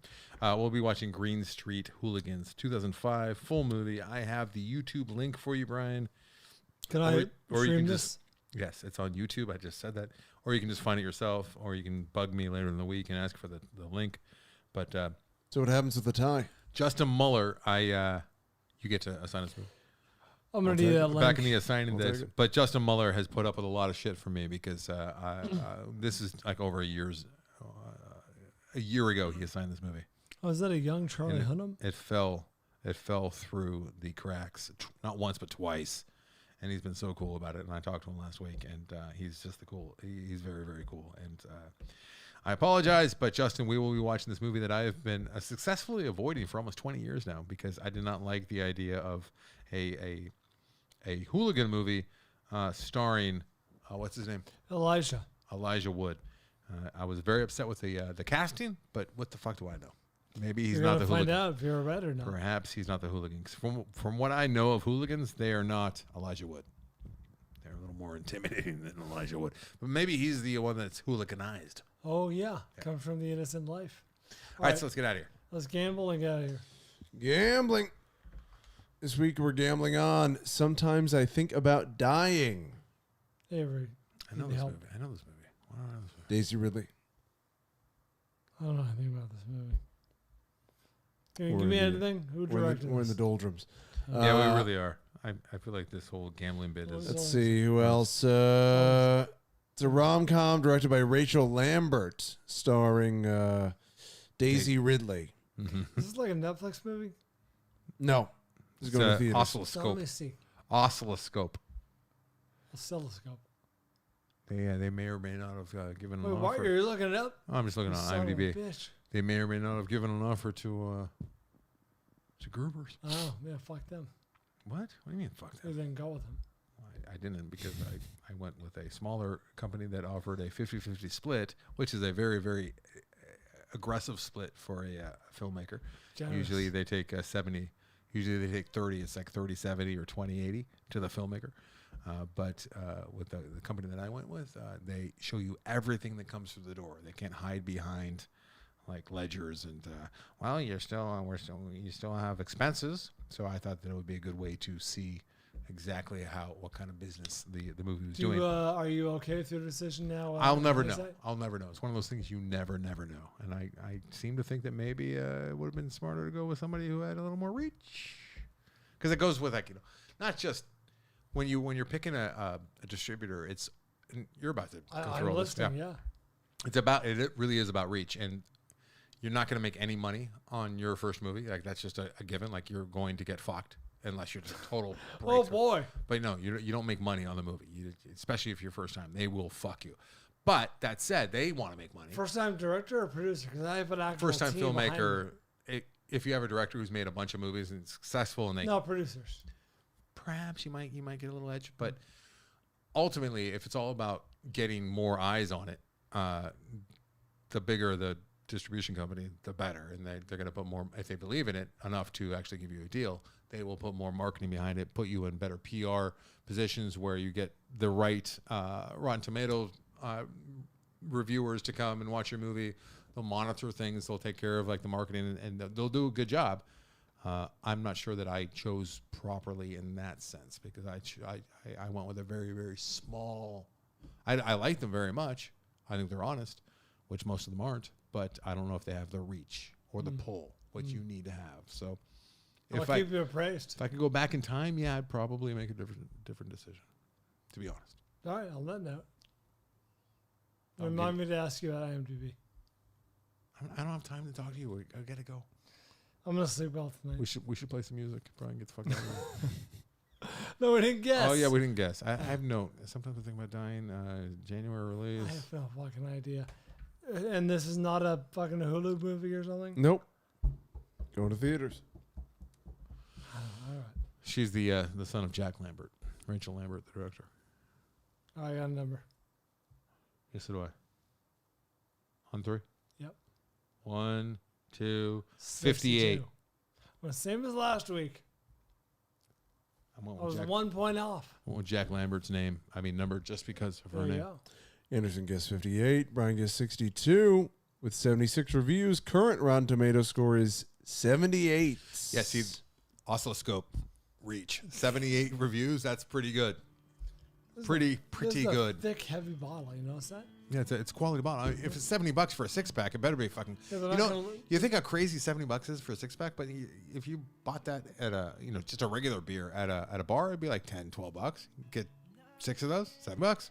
Oh, if you bought this at a bar? Well, not this particular beer. If you got like just a Oh, microbrew at a yeah. bar, it'd be like $10-12. Nevada, yeah. Yeah. But the idea of having a 12-pack in your fridge that costs $70 to get it to your fridge, Where are the rest of the beers? in my stomach. Let's go. I was afraid of that.